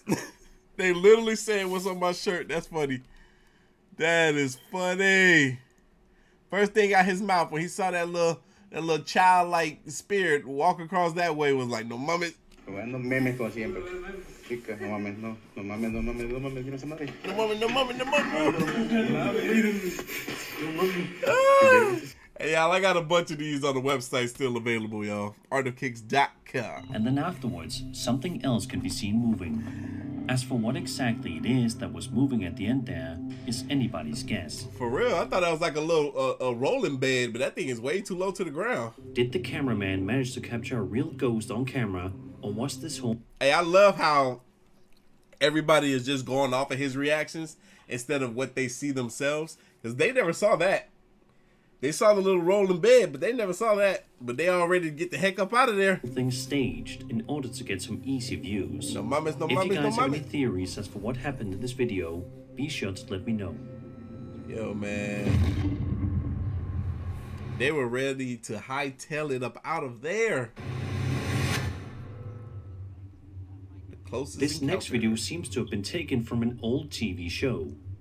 The narrator explains that in Greenville, South Carolina, several strange lights appeared in the night sky. He kind of looked like Murray from the Murray Show. But one woman named Gina Jones proceeded to pull out her video camera and record one of the most fascinating videos you'll see in a long time. And the most potato 99 you'll see. Not only did she capture something interesting in the sky, she also managed to record something extremely odd in the window near where she was videotaping. Take a look and see.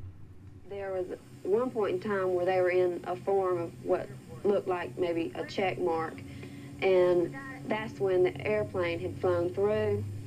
And you can notice in the videotape that right before the airplane flies through is when they're in the formation of a check. And as soon as the camera goes back to the lights, they're scattered.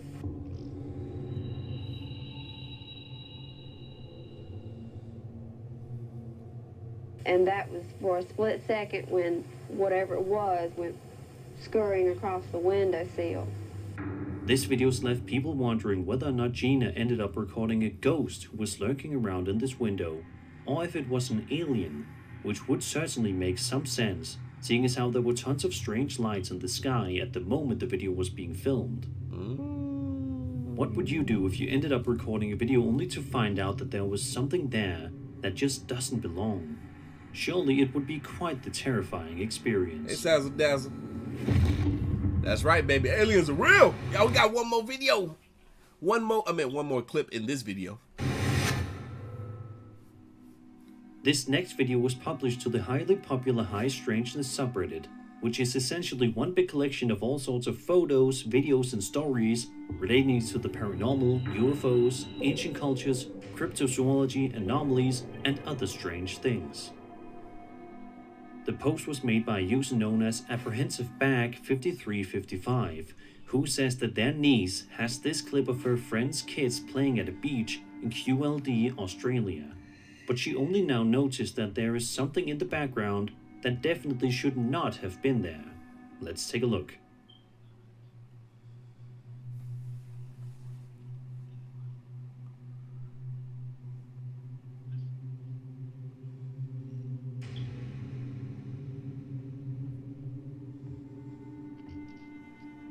At around the 9-second mark of the video, if you look carefully, you'll be able to see some kind of a strange humanoid creature right behind the girl's right shoulder.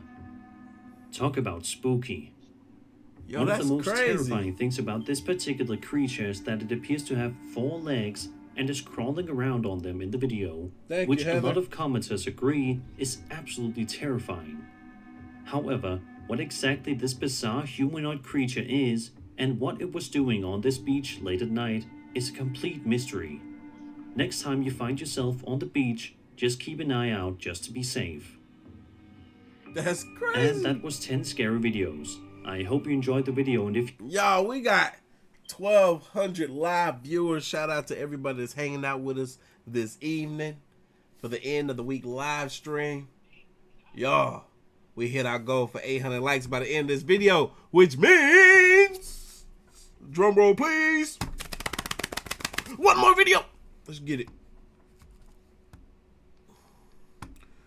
Where the mouse at? There you go.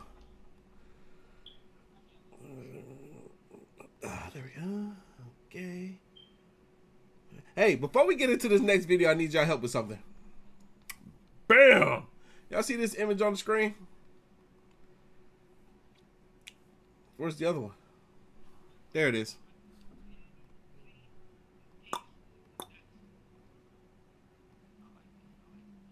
Wait, how can I put both of them up here at the same time?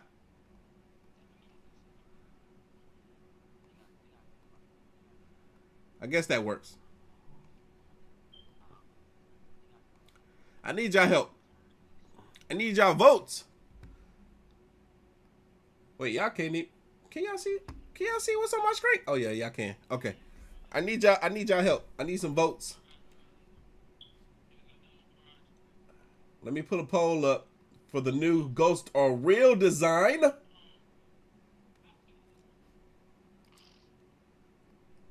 Where's the put a poll button at?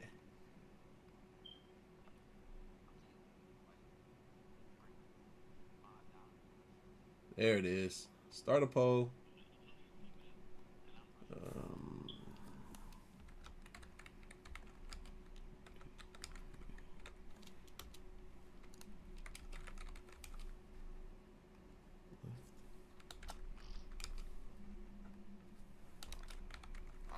All right, which one do y'all like more? Do y'all like the one on the left? The Ghost or Real on the left right here? Let me move me out the way. Boom. Or do y'all like the one on the right more? Which one do y'all prefer? I like them both. There's something about the one on the right, even though it looked kind of cheesy with it like being like a freaking like a sheet with eyes cut out, but it's something still kind of cool about it. You know, we stepping the game up with the designs now, man. But the one on the left, I want to see if I can get my graphic designer to change it up. My graphic designer to change it up a bit, because the head and the neck is looking quite narrow, kind of like an alien. So we're gonna see if we can thicken up that head and neck a bit. But I still like that too, yeah. Because it reminds me of my old design where the ghost is kind of coming out. You know what I'm saying? Like you can see him appearing. So which one do y'all like more? Hold on, I can't freaking see.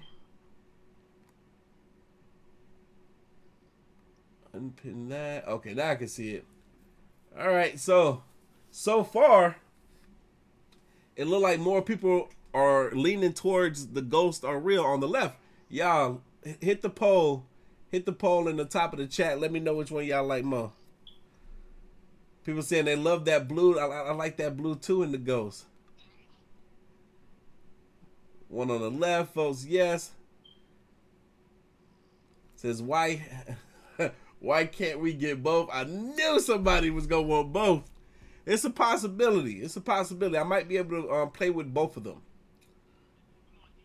Would y'all like that? Let me see a yes in the chat if y'all like both designs. If y'all want me to do something with both designs. So then that way y'all can have some options for when I do some merch in the future using these designs.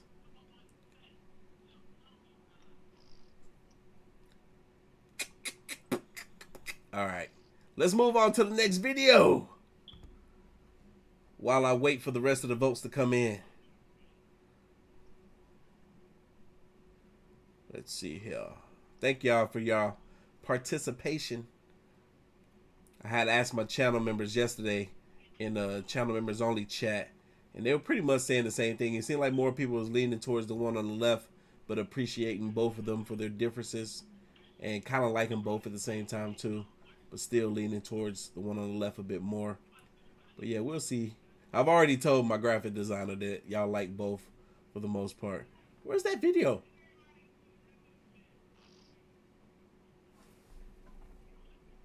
Oh, they moved. Oh, y'all, we got a Goose Pimples video, and it's longer than the last two videos. So we're gonna be here a good while. This is the 30-minute long video, so be expecting another 45 minutes out of your boy. Y'all, this video is titled 10 Scary Videos Found in the Deepest of Darkness. Goose Pimples, y'all, let's go. There's a city called Joinville, and if you travel a few blocks from the city center, you'll find yourself in the middle of Joinville Migrants Graveyard, which locals believe to be extremely haunted. Founded by German immigrants, the first migrants to arrive in Brazil from 1851 to 1913 have all been laid to rest on that very ground. And while the land itself seems to have remained relatively untrodden and rather quiet, some paranormal investigators couldn't just let it slip through their fingers, or camera lenses. The team over on Raphael Furper's YouTube channel suited up and trekked over, hoping to catch some historical paranormal activity. And boy, did they deliver. Nada, a gente veio por ali, aí eu senti uma presença estranha aqui, entendeu? Ai! Galera, os mosquitos estão matando a gente aqui, velho. Tá preula, mano. Olha, tô tudo picado. A gente deixou a câmera bem no esquema aqui, e nessa parte aqui, eu senti uma presença bem forte. Um negócio bem forte. Peraí. My man got a bat. I don't know what kind of ghost he think he gonna hurt with a bat. But he got one. Ai, mano, que aquilo, Vinícius? Vamos ver se tem alguma coisa ali. Chega aí. Mano, eu vi um bagulho passando daqui pra cá. Mano, será que tem alguém ali? Tem alguém aí? Te juro, Vinícius, mano, te juro. Thank you, Burgundy. I'm gonna check it out. Uma pessoa ou se era alguma coisa, cara. Mano.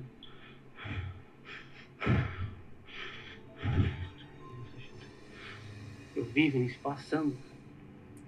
Ai, seu viado, eu pensei que era alguém que estava aqui do nada. Te juro, Vinícius, passou pra cá, mano. Deixa eu ver se não tem ninguém aqui. Galera, eu não tô brincando, eu vi alguma coisa passando. Eu pensei que até que era alguém, esses caras que vêm do cemitério à noite. Gótico. Você não viu? Você não viu, você tava de costas, eu acho. Who or what the hell was that? I ain't even noticed that before. That dude is blacked out. Critics were quick to jump on the comments section claiming it to be CGI. And while they do have a point, since it's easier than ever to create ghostly figures using video editing tricks. You heard what Goose Pimple said? It's easier than ever to create cap on the internet. Isn't it spine-chilling enough to think that this could truly be one of the many lost souls wandering the cemetery? Hey, but it looked like a real person. We analysed the video, and to be fair, if you look closely enough, when a shadowy figure passes by the metal bars, it seems a bit dodgy that some of them go darker. But could the camera quality cause that? Very interesting if you ask us, but what do you think about this one?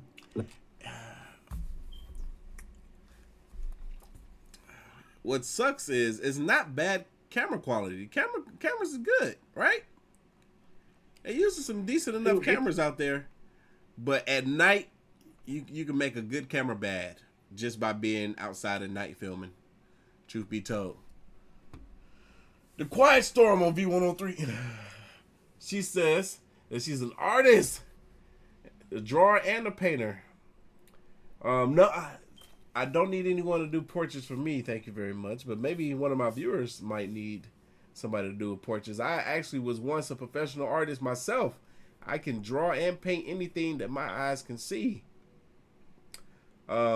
Speaking of, there's a drawing, a drawing that I worked on like a year ago that I've been working on only during the live stream that I need to finish doing with you guys. Be on the lookout for that. I'm gonna be finishing up that drawing soon. I haven't done any artwork in over a year since the last time we did that live stream. Video you'd like us to feature? Send us the link on Facebook, Twitter, or Instagram at GoosePimpleYT. Also, if you enjoy scary videos like this, subscribe and click the bell icon to get a notification every time we upload a new one. Number 9. Lowrider. In this new age of electric cars, it's not a surprise to see a vehicle whipping around on its own accord. But when it's a bike, and its handlebars are going into overdrive, some suspicions of paranormal activity might arise.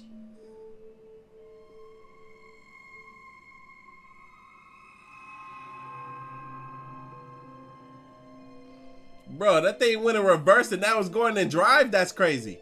That's a Ghost Rider for real. There is an argument for faulty handbrakes because when you look at the handlebars, they're jittering and flailing around like nobody's business. Could this be a ghostly gateway or a parking mistake? Let us know what you think in the comments. Nah, that thing know what it's doing, bro. That thing backed up, went in reverse, bust a little hood so they can turn and go in the direction that they wanted, and then it just drives off perfectly? Come on now. Look, there was a ghost riding that thing. Hey, y'all, we're so close to our goal of hitting 1,000 likes by the end of this live stream. We got another 30 minutes in here. Number 8. Hanging around. Bang Bang Rahayu enjoys nothing more than a scenic jog, but when he happens upon his beautiful graveyard in Indonesia, full of flora and fauna, he pulls out his phone to record his experience. However, there's something amongst all the natural beauty that ruins his relaxed vibe. Take a look. Jadi sore ini kita jogging lagi di sekitaran rumah ya. Sebenarnya bukan sore sih, lebih ke maghrib gitu. Dan sebentar lagi kita bakalan lewatin tempat yang lumayan angker banget ya teman-teman di daerah sini. Somebody in the chat said that there could have been a remote controlling that motorcycle. Maybe. Sampai sekarang tuh if it was electric, I could see that. Penampakan di area situ ya, karena emang tempatnya tuh deket banget sama TPU. Akhirnya kita sampai juga teman-teman di lokasinya. Nah, kita biasanya latihan fisiknya ke sini. Latihan naik anak tangga. Nah, jadi konon di sekitaran area sini tuh sering terlihat sosok penampakan perempuan. Di sini juga ada 2 pohon alpukat, mungkin tempat nongkrong si mbaknya.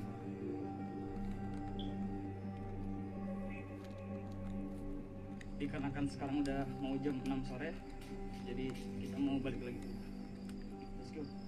Oke, kita lanjut lagi ya. Forget about a paranormal punch in the face. It's all about paranormal twigs to the face here. You might think anybody could have thrown the twigs at him and snuck out of view before he flipped the camera around, right? Possibly, but the twigs look as though they were thrown directly in front of him, rather than above him. Right. And there's a wall right in front of him, blocking any kind of gateway avenue. If they were tossed from above the wall, they would have hit him on the top of the head, not directly in the face, right? To be fair, it doesn't help graveyards are known for being some of the most haunted places in the world. And that twisted laugh at the end. Yeah, what was that? Bellatrix Lestrange style. I heard that laugh too. It sounded like, yo, man, monkeys got sense of humor. Is enough to send chills down anybody's spine. Was that the work of restless spirits, or merely some loose branches that somehow flew from, a horizontal tree? What do you think? Bro, how did that happen? Number 7. Dead Sprint. Religious congregations are some of the most spiritual places you can visit, but this crowd of Jehovah's Witnesses had their attention drawn away from the Holy Spirit by something less holy.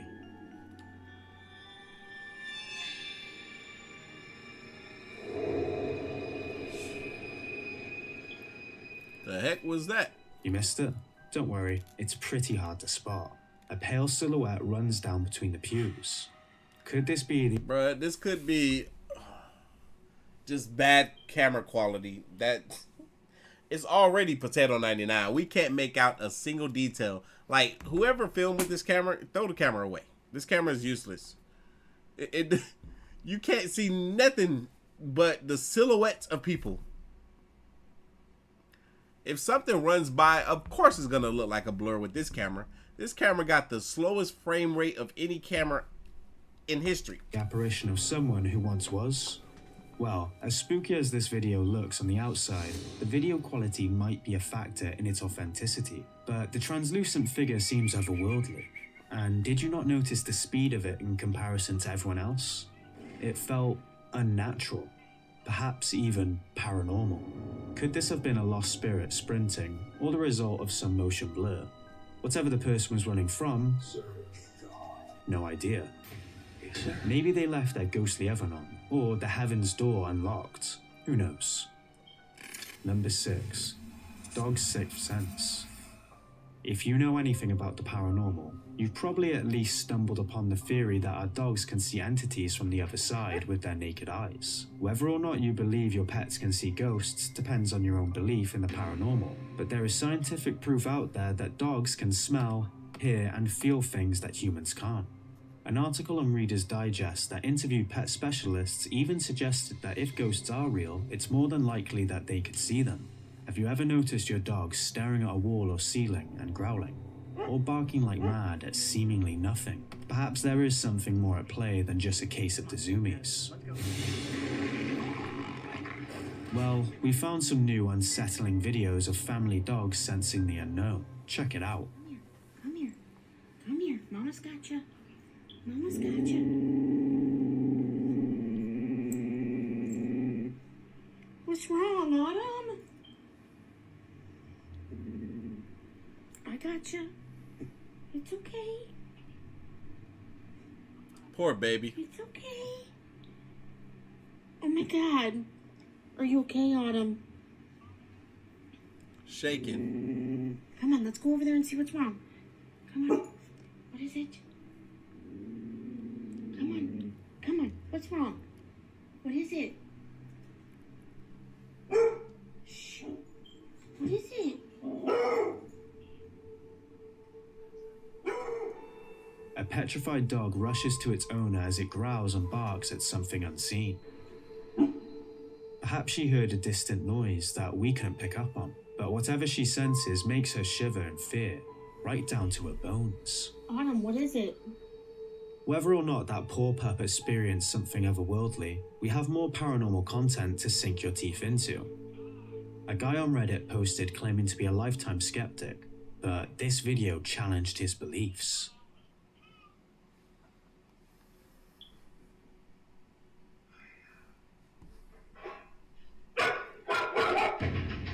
Ah, man. We done seen this clip about 11 times.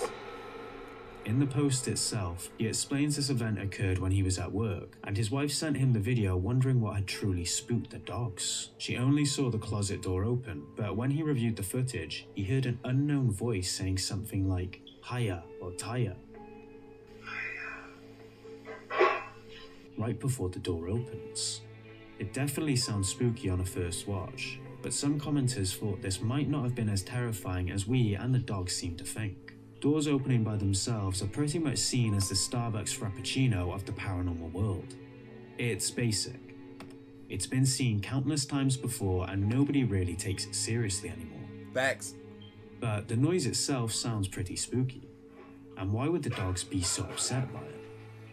Surely they've seen and heard that door open before if they live in the house. You know what, though?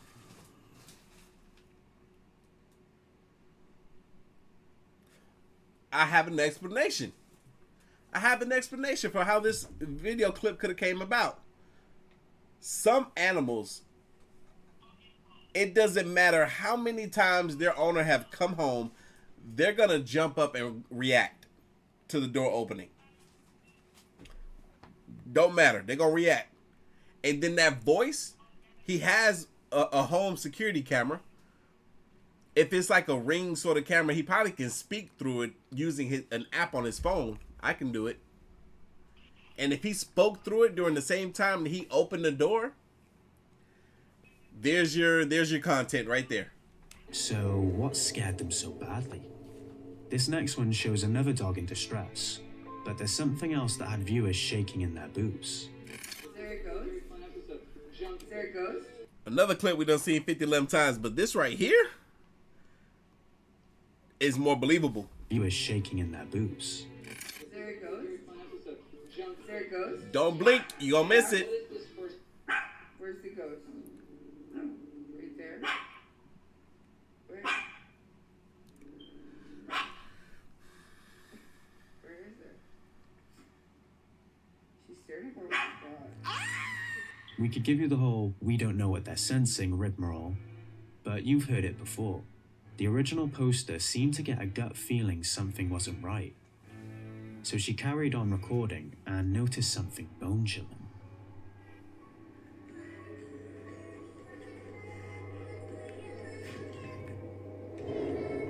Saw that? A shadow reaches out to grab Rosie the dog. People in the comments were going wild with theories, mostly centering around the idea that it's a ghost cat. Or something more sinister, with some mentioning growls. Spooky, right? Y'all need about 13 more likes for 1,000 likes during the live stream. Do your boy a favor, hit that like button. We got 1,300 people. I know we can get 13 more likes. The dog was clearly terrified. So much so that the behavior carried on when the original poster shacked up someplace else. Is there a ghost?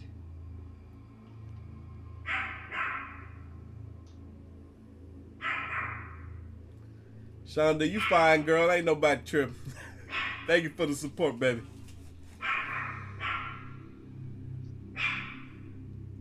Man, that dog barking at something. Yo, that would be crazy to think though. What if dogs truly have the capability of seeing entities and spirits? It's like something about their eyes, right? And why is it that only dogs have this, or specifically dogs and not humans?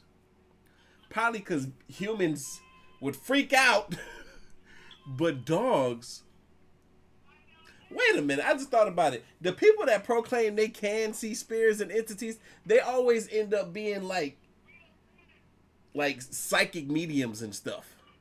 You know what I'm saying? They always get into that field of work. But interesting.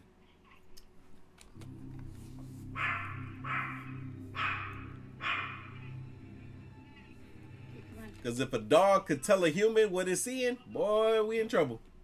Monique!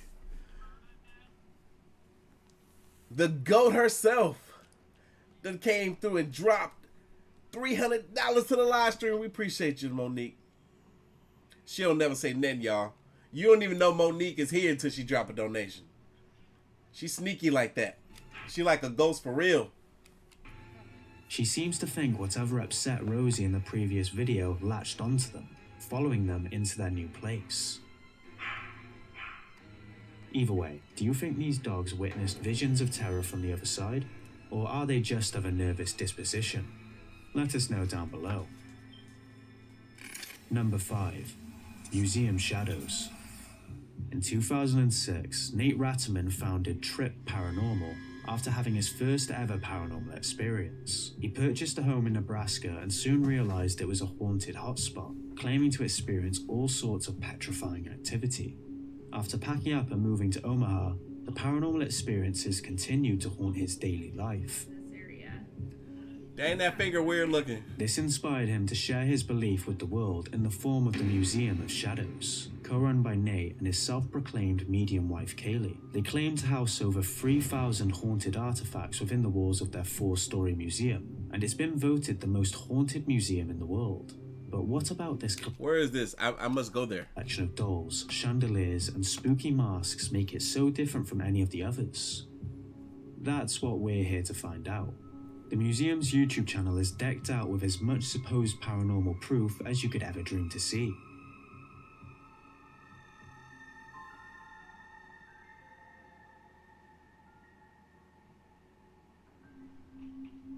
That's crazy. Nate and Kaylee claim that their vast collection of haunted bits and things have been donated by patrons across the globe. there's an entire world of urban legends surrounding the building. And while some of Bro, this would be the perfect place if you got something haunted like a doll, and you really feel like it got a negative spirit tied to it, and you be having some creepy stuff going around happening in your home because of this doll, and you want to get rid of it, donate it to this place, to this museum. Perfect. the activity has been caught on camera, here is a little.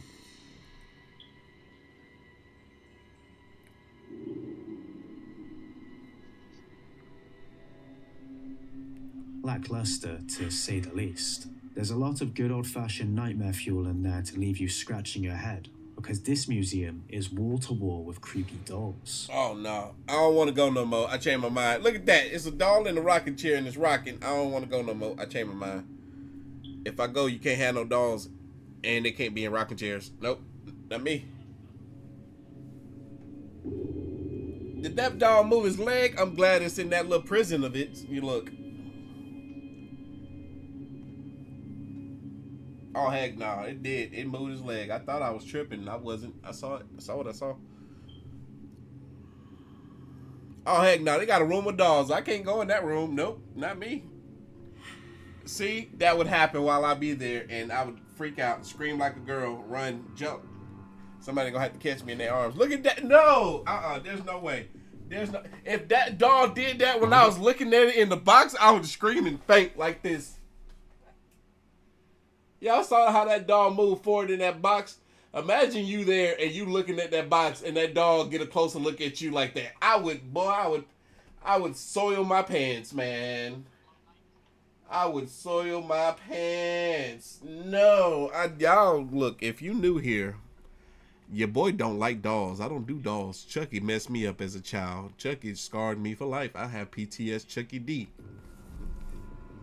Y'all saw that? Look at the doll in the box. Think about it. You looking at that box and the doll just moved forward like that. No, no. While there are obviously a few suspicions to be had about these videos, like fishing wires, clever editing, motorized props, etc., and even this video. Hey, if they motorized a doll and make it move like that, shit, they got me. Shit, they got my money. And they ain't about to get no more of my time because I'm out. That is supposedly also of a doll that, what the doll do? Doesn't particularly show us much. But we can't ignore numerous claims made by museum visitors that a genuine evil essence possesses the dolls. Not me. If you take one look at the Google reviews for the place, they all can't get enough of how haunted they genuinely believe this place is. Shit. There's little story available online regarding the dolls. They got way too many dolls for me to be up in there. I don't think I can do it, y'all. I changed my mind. What this place at? It's not in America, is it? I hope not. Because if it is, I'm going to force myself to go. But if it ain't, I ain't going. Aside from brief backstories centering around intense childhood struggles, Kids, and how that influenced the spirits of young girls to latch onto the dolls. According to the museum's FAQs and a few disgruntled reviews, photos and videos are strictly forbidden inside the museum. So, the only proof we have is recorded by and then handpicked by the owners. Wait. Hold on. Did they just say what I think they said? Let me go back a little bit. Because if I can't bring my cameras and stuff in there to record some cool stuff, then there ain't no point in me going up in there. Because that's just going to ruin the fun for y'all. Because I would want to bring y'all with me, you know? Their struggles, and how that influenced the spirits of young girls to latch onto the dolls. According to the museum's FAQs and a few disgruntled reviews, photos and videos are strictly forbidden inside the museum. See, look, now I can't even go. Streaming is not allowed while touring through the Museum of Shadows due to copyright. Copyright what? Due to copyright? What copyright? Because y'all posting content too. Y'all just want all the money, you little selfish. I hope nobody else donate no merchandise to y'all because y'all ain't no good. Y'all got to share. I guess, well, if they, you know, if you going up in there posting content, I guess, then ain't a whole lot of point of people coming up in there then, I guess, you know what I'm saying? Because think about it. If you posting the content and people like me, I'm going to go up in there with my iPhone 12. I need to upgrade to 15 because I ain't got no space on it. But I'm going to be live streaming and folks going to get to see that whole dang old museum. what's the point of going in there then yourself? Because, I mean, it's still an experience. They should definitely let people dang on share content. That's messed up. So, the only proof we have is recorded by and then handpicked by the owners. And that makes it even fishier, because if it's recorded by and handpicked by the owners, then they can manipulate the footage however they want. I'm trying to come up in there and expose some truthness.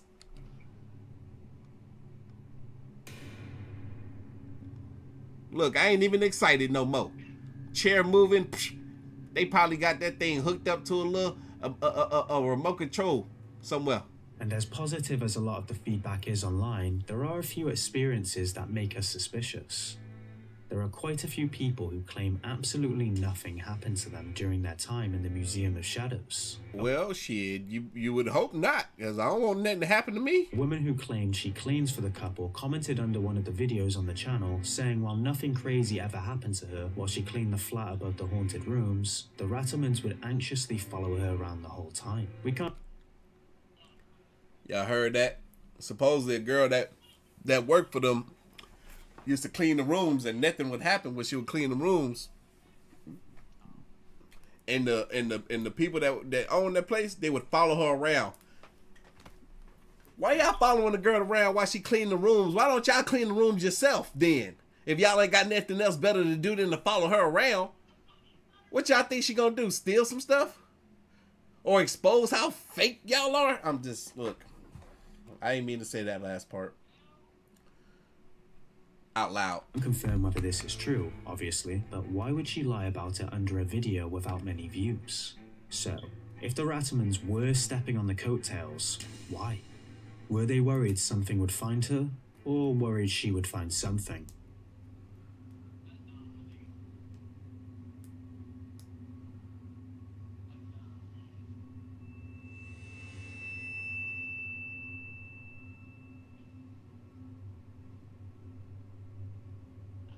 A lot of activity posted online. See, that looked like two girls that was visiting that place. I would have been like, no.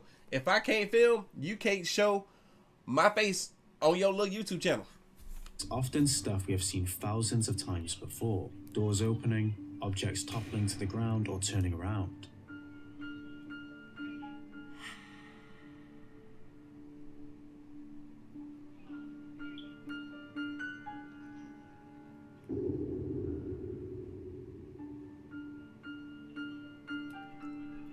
And wheeled objects seemingly gaining minds of their own and hauling themselves across the floor.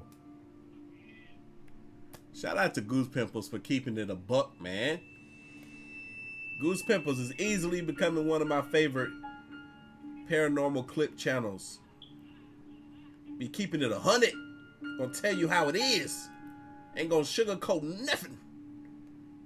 He gonna say what we think and think what we say.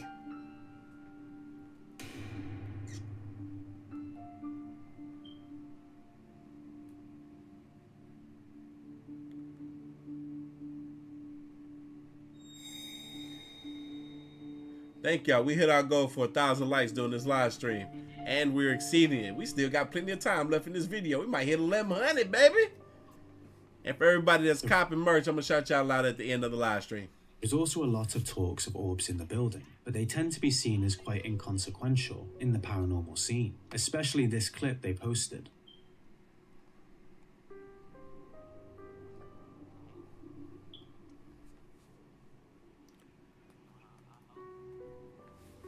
Got a whole lot of activity going on in this museum. Why they over here gatekeeping all this activity? A gaggle of orbs float down from the ceiling. A gaggle of orbs. Man, y'all, I ain't never seen so many little orbs flying in sequence like that. However, we can't rule out the possibility that they're mere particles rather than spirits. They look like particles. Some even raised suspicions about the amount of electrical equipment they saw in the demon room, which, coincidentally, was the only place that EMF readers went off. Another visitor posted a disappointed review on Reddit, claiming that the Rattermans are allegedly in it for the money over anything else.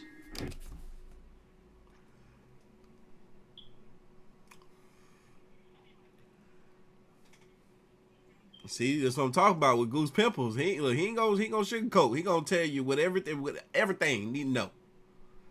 He said a reviewer left a disappointing comment saying that the Rattamans, I guess that's the owners of this museum, are in it for the money. Meaning they could be faking a lot of this stuff that's going on. And maybe some of the items that they have in there aren't even actually haunted, maybe just haunted looking, you know? That'd be disappointing. That's not fun. That's not fair. But for that person who actually went there and left that review to say the same thing that us as viewers are just thinking from watching what we're seeing here, says a lot. Says a lot. But hey, we could be wrong. They might be legit. They might be. I don't know. After allegedly upcharging the group from the initial $15 per person entry fee for a Sit with Ghosts challenge, they told the kids that they may hear a hiss from Ouija board demons and then smell a woman's perfume. They upcharged them from the $15 per person to say, hey, look, we got this little thing. If you want to sit down and experience a ghost or something, and you might get a whiff of some perfume, but you got to do the little Ouija board thing. That's so specific. How do you know exactly what's going to happen? There's no way of knowing exactly what you're going to conjure up using the Ouija board. Rattamans are allegedly in it for the money over anything else. After allegedly upcharging the group from the initial $15 per person entry fee for a Sit with Ghosts challenge, they told the kids that they may hear a hiss from Ouija board demons and then smell a woman's perfume. The kids ran out after swearing they had heard a hiss and smelt the perfume, so the original poster gave it a go themselves, finding out that the hiss and smell was actually a timed automatic air freshener spritz. Another ghostly attraction that the Rattamans Oh, heck no!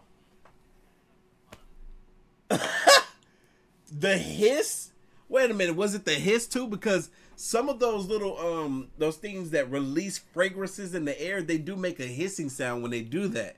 So the fragrance in the air was because of an automatic timer. Oh heck no, that's messed up.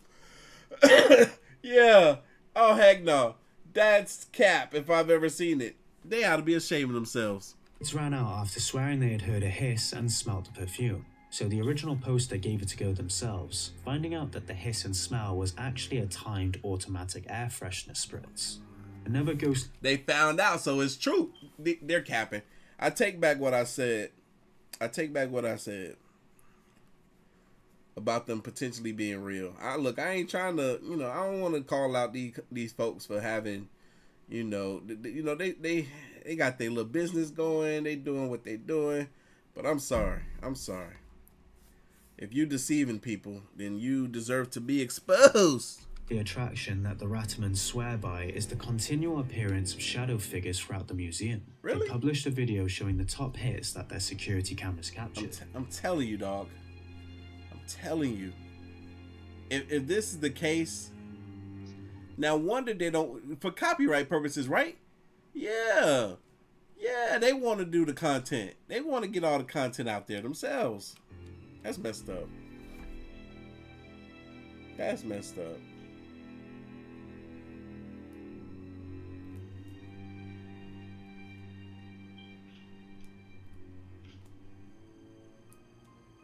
The one we could actually properly make out was this one. A very clear outline of a male physique is seen. The others aren't particularly clear, but there is something strange about this. Is this a shadow of someone standing nearby, or a genuine brush with a paranormal entity? Actually, the entire basis of the Museum of Shadows is rather uncertain. Despite being voted the most haunted museum in the world and having thousands of fantastic reviews accompanied by detailed experiences, many people also seem to believe it's nothing but a spectral swizz. To us, it seems like the outcome of your experience is based on where your beliefs lie. If you truly believe in ghosts and that all the artifacts stored inside have truthful, haunted backstories, you'll probably have a great time and experience all sorts of things. If you have a bit more of a skeptical side, you might leave the museum a little disappointed, with a pretty empty wallet. What do you guys think this is? Truly the— Dang, he said if you're a skeptic, you might leave the museum disappointed with the empty wallet. Ooh.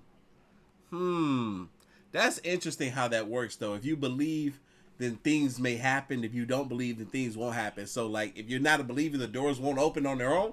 But if you are, they might. Interesting. most haunted museum in the world? Or one huge money-making hustle? You decide. The most haunted museum in the world or a huge money-making hustle? You decide. Comment in the chat. Which one do y'all think it is?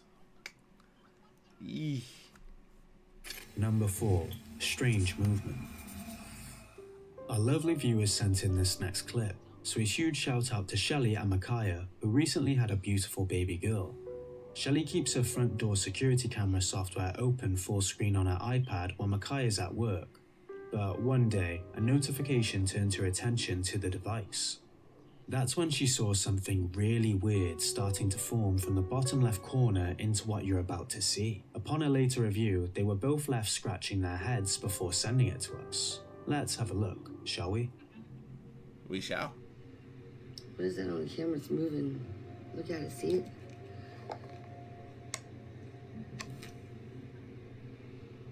What the hell is that? What? Oh, right here? Oh, it's moving. Yeah, I do see some movement. What is that? What the heck? It's like hands. What the freak?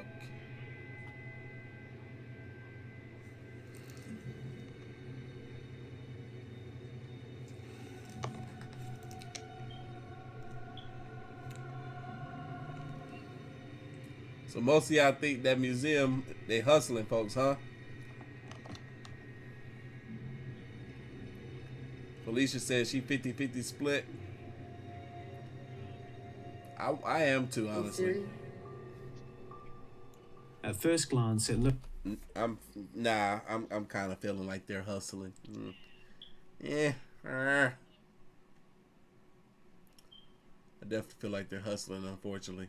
And what's probably going to end up happening, I'm surprised they didn't do it to Goose Pimples, but they probably going to copyright claim. This is what these kind of folks do. Copyright claim my video. This is my live stream. Copyright claim it so that they can get the money from it. That's what them type of people do. So if they do, I will tell y'all if they do that, and it won't do them any good because I'm just gonna edit it out.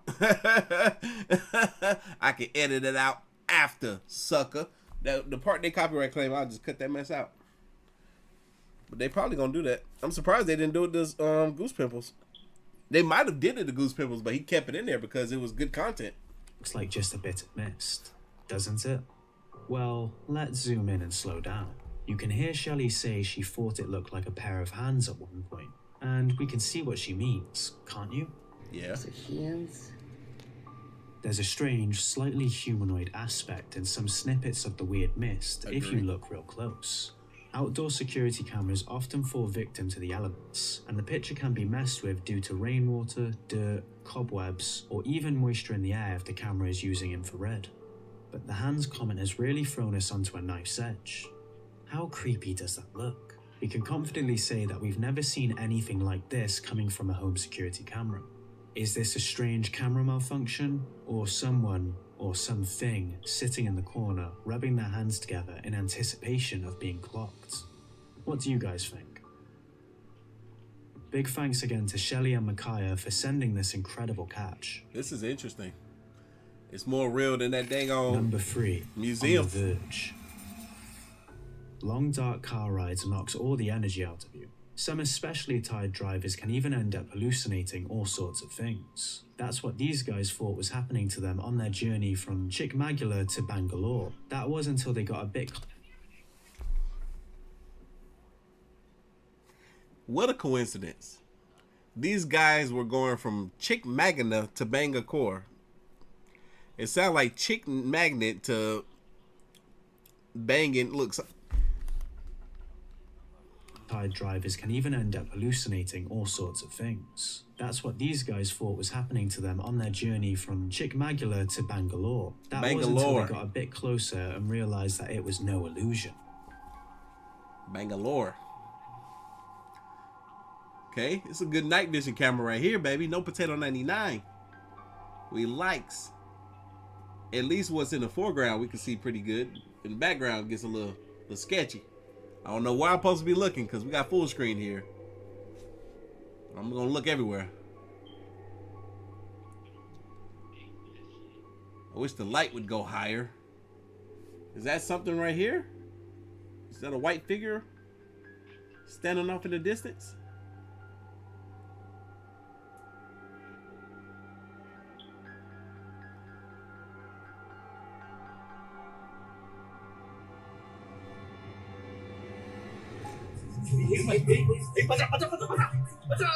Who was that? What the hell was that? Not sure if the most convincing things here is how terrified the guys sound as they cross paths with this spectral figure. Or the fact that there is someone in the middle of nowhere at stupid o'clock. Let's talk about it. What are you talking about? Look, I just repeated where they were coming from to where they were going. In pitch black darkness, just standing around without a torch or night vision. A figure that's so ghostly and bright, it's almost reflective. Chikmagalur is known for its tribal families. See? Chikmagalur, that's where they was at. Most completely detached from modernized society. And they went to Bangalore. But why would this look so otherworldly? To the point that the guys instantly thought the worst? Or is this some real compelling ghost footage? What do you think? Let us know. Why is he just standing there like that? Number 2. Side eye. Roll up for your next dosage of haunted doll videos, also known as pure unfiltered nightmare fuel. Yeah. Well, that is if you're not like our longtime viewer, John Brown, who happily owns a ton of them. The more haunted, the better. No. Let's just see how harmful and traumatizing this video is. Okay. Shall we? I'm not ready. It's more doll stuff, isn't it? Yep, I mean, I already know. What the freak is that? Do I hear it? I hear laughter.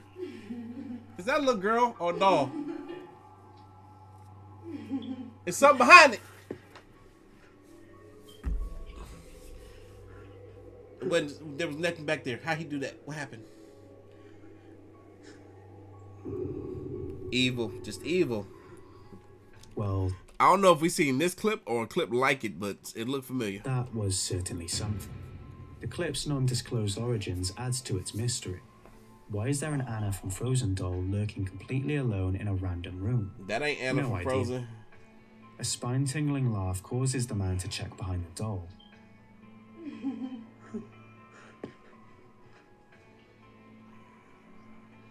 But finds nothing.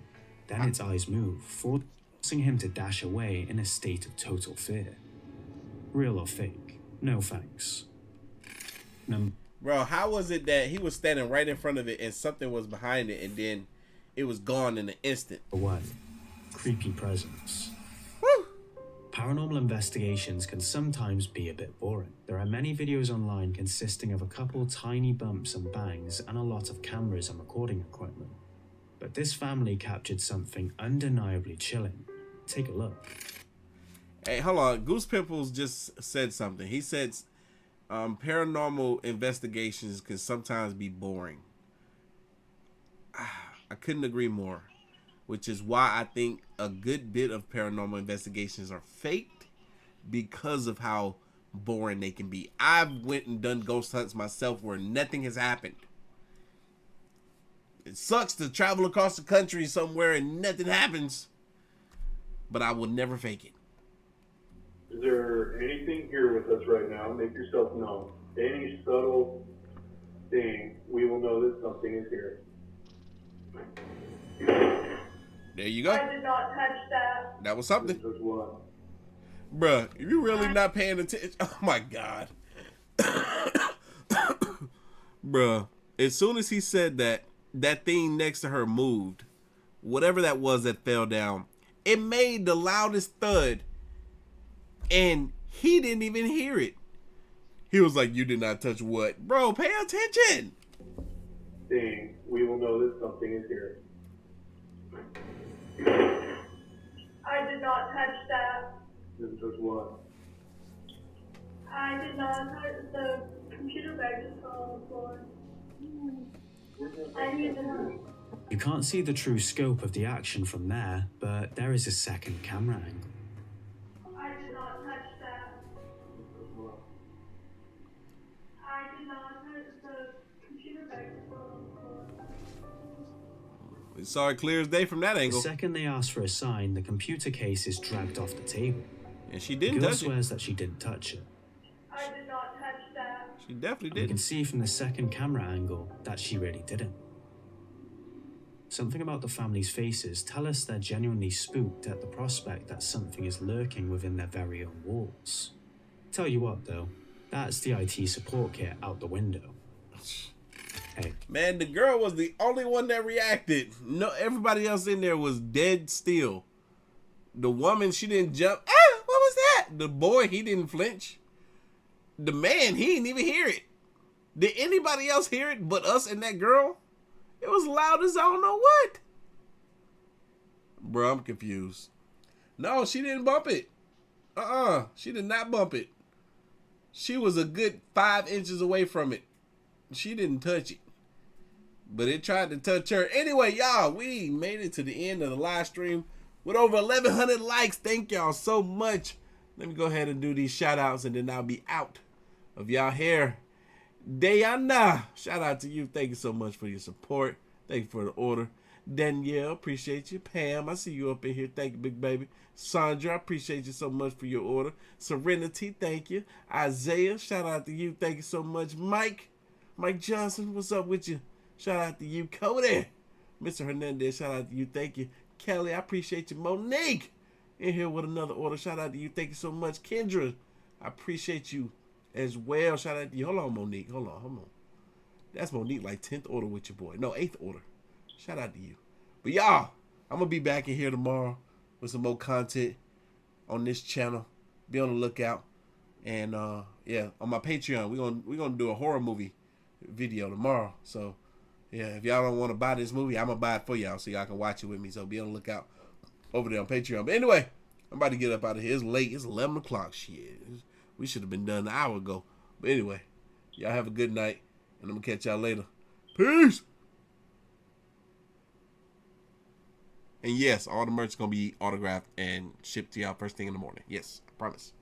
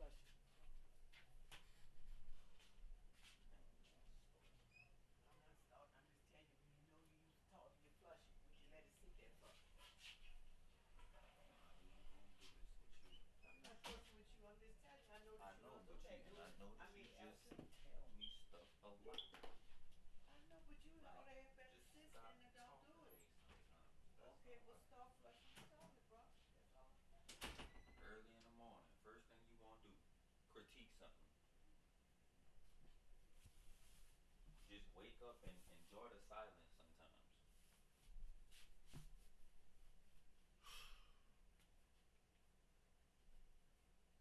And never do that.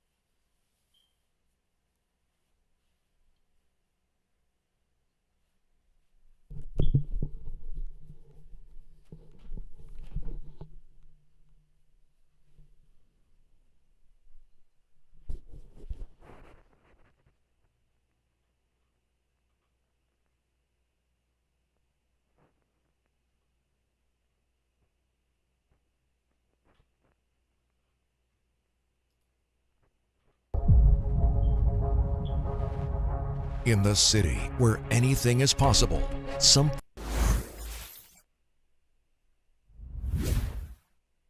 Hey, what's up guys? Welcome back to the channel. In today's video, we're going to talk about the bombshell news that Marcus Leto, who was one of the game directors for Battlefield, he was working at Ridgeline Games under EA, working on the single-player aspect of the next Battlefield game. Yeah, guess what? Marcus Leto left. And by the time this video comes out, that particular tidbit of news is old news, right? But I specifically waited for commentary, whether from EA or from Marcus Leto himself, on why he specifically left or maybe he was cut. And that exact thing happened. Marcus Leto today actually commented on why he left EA.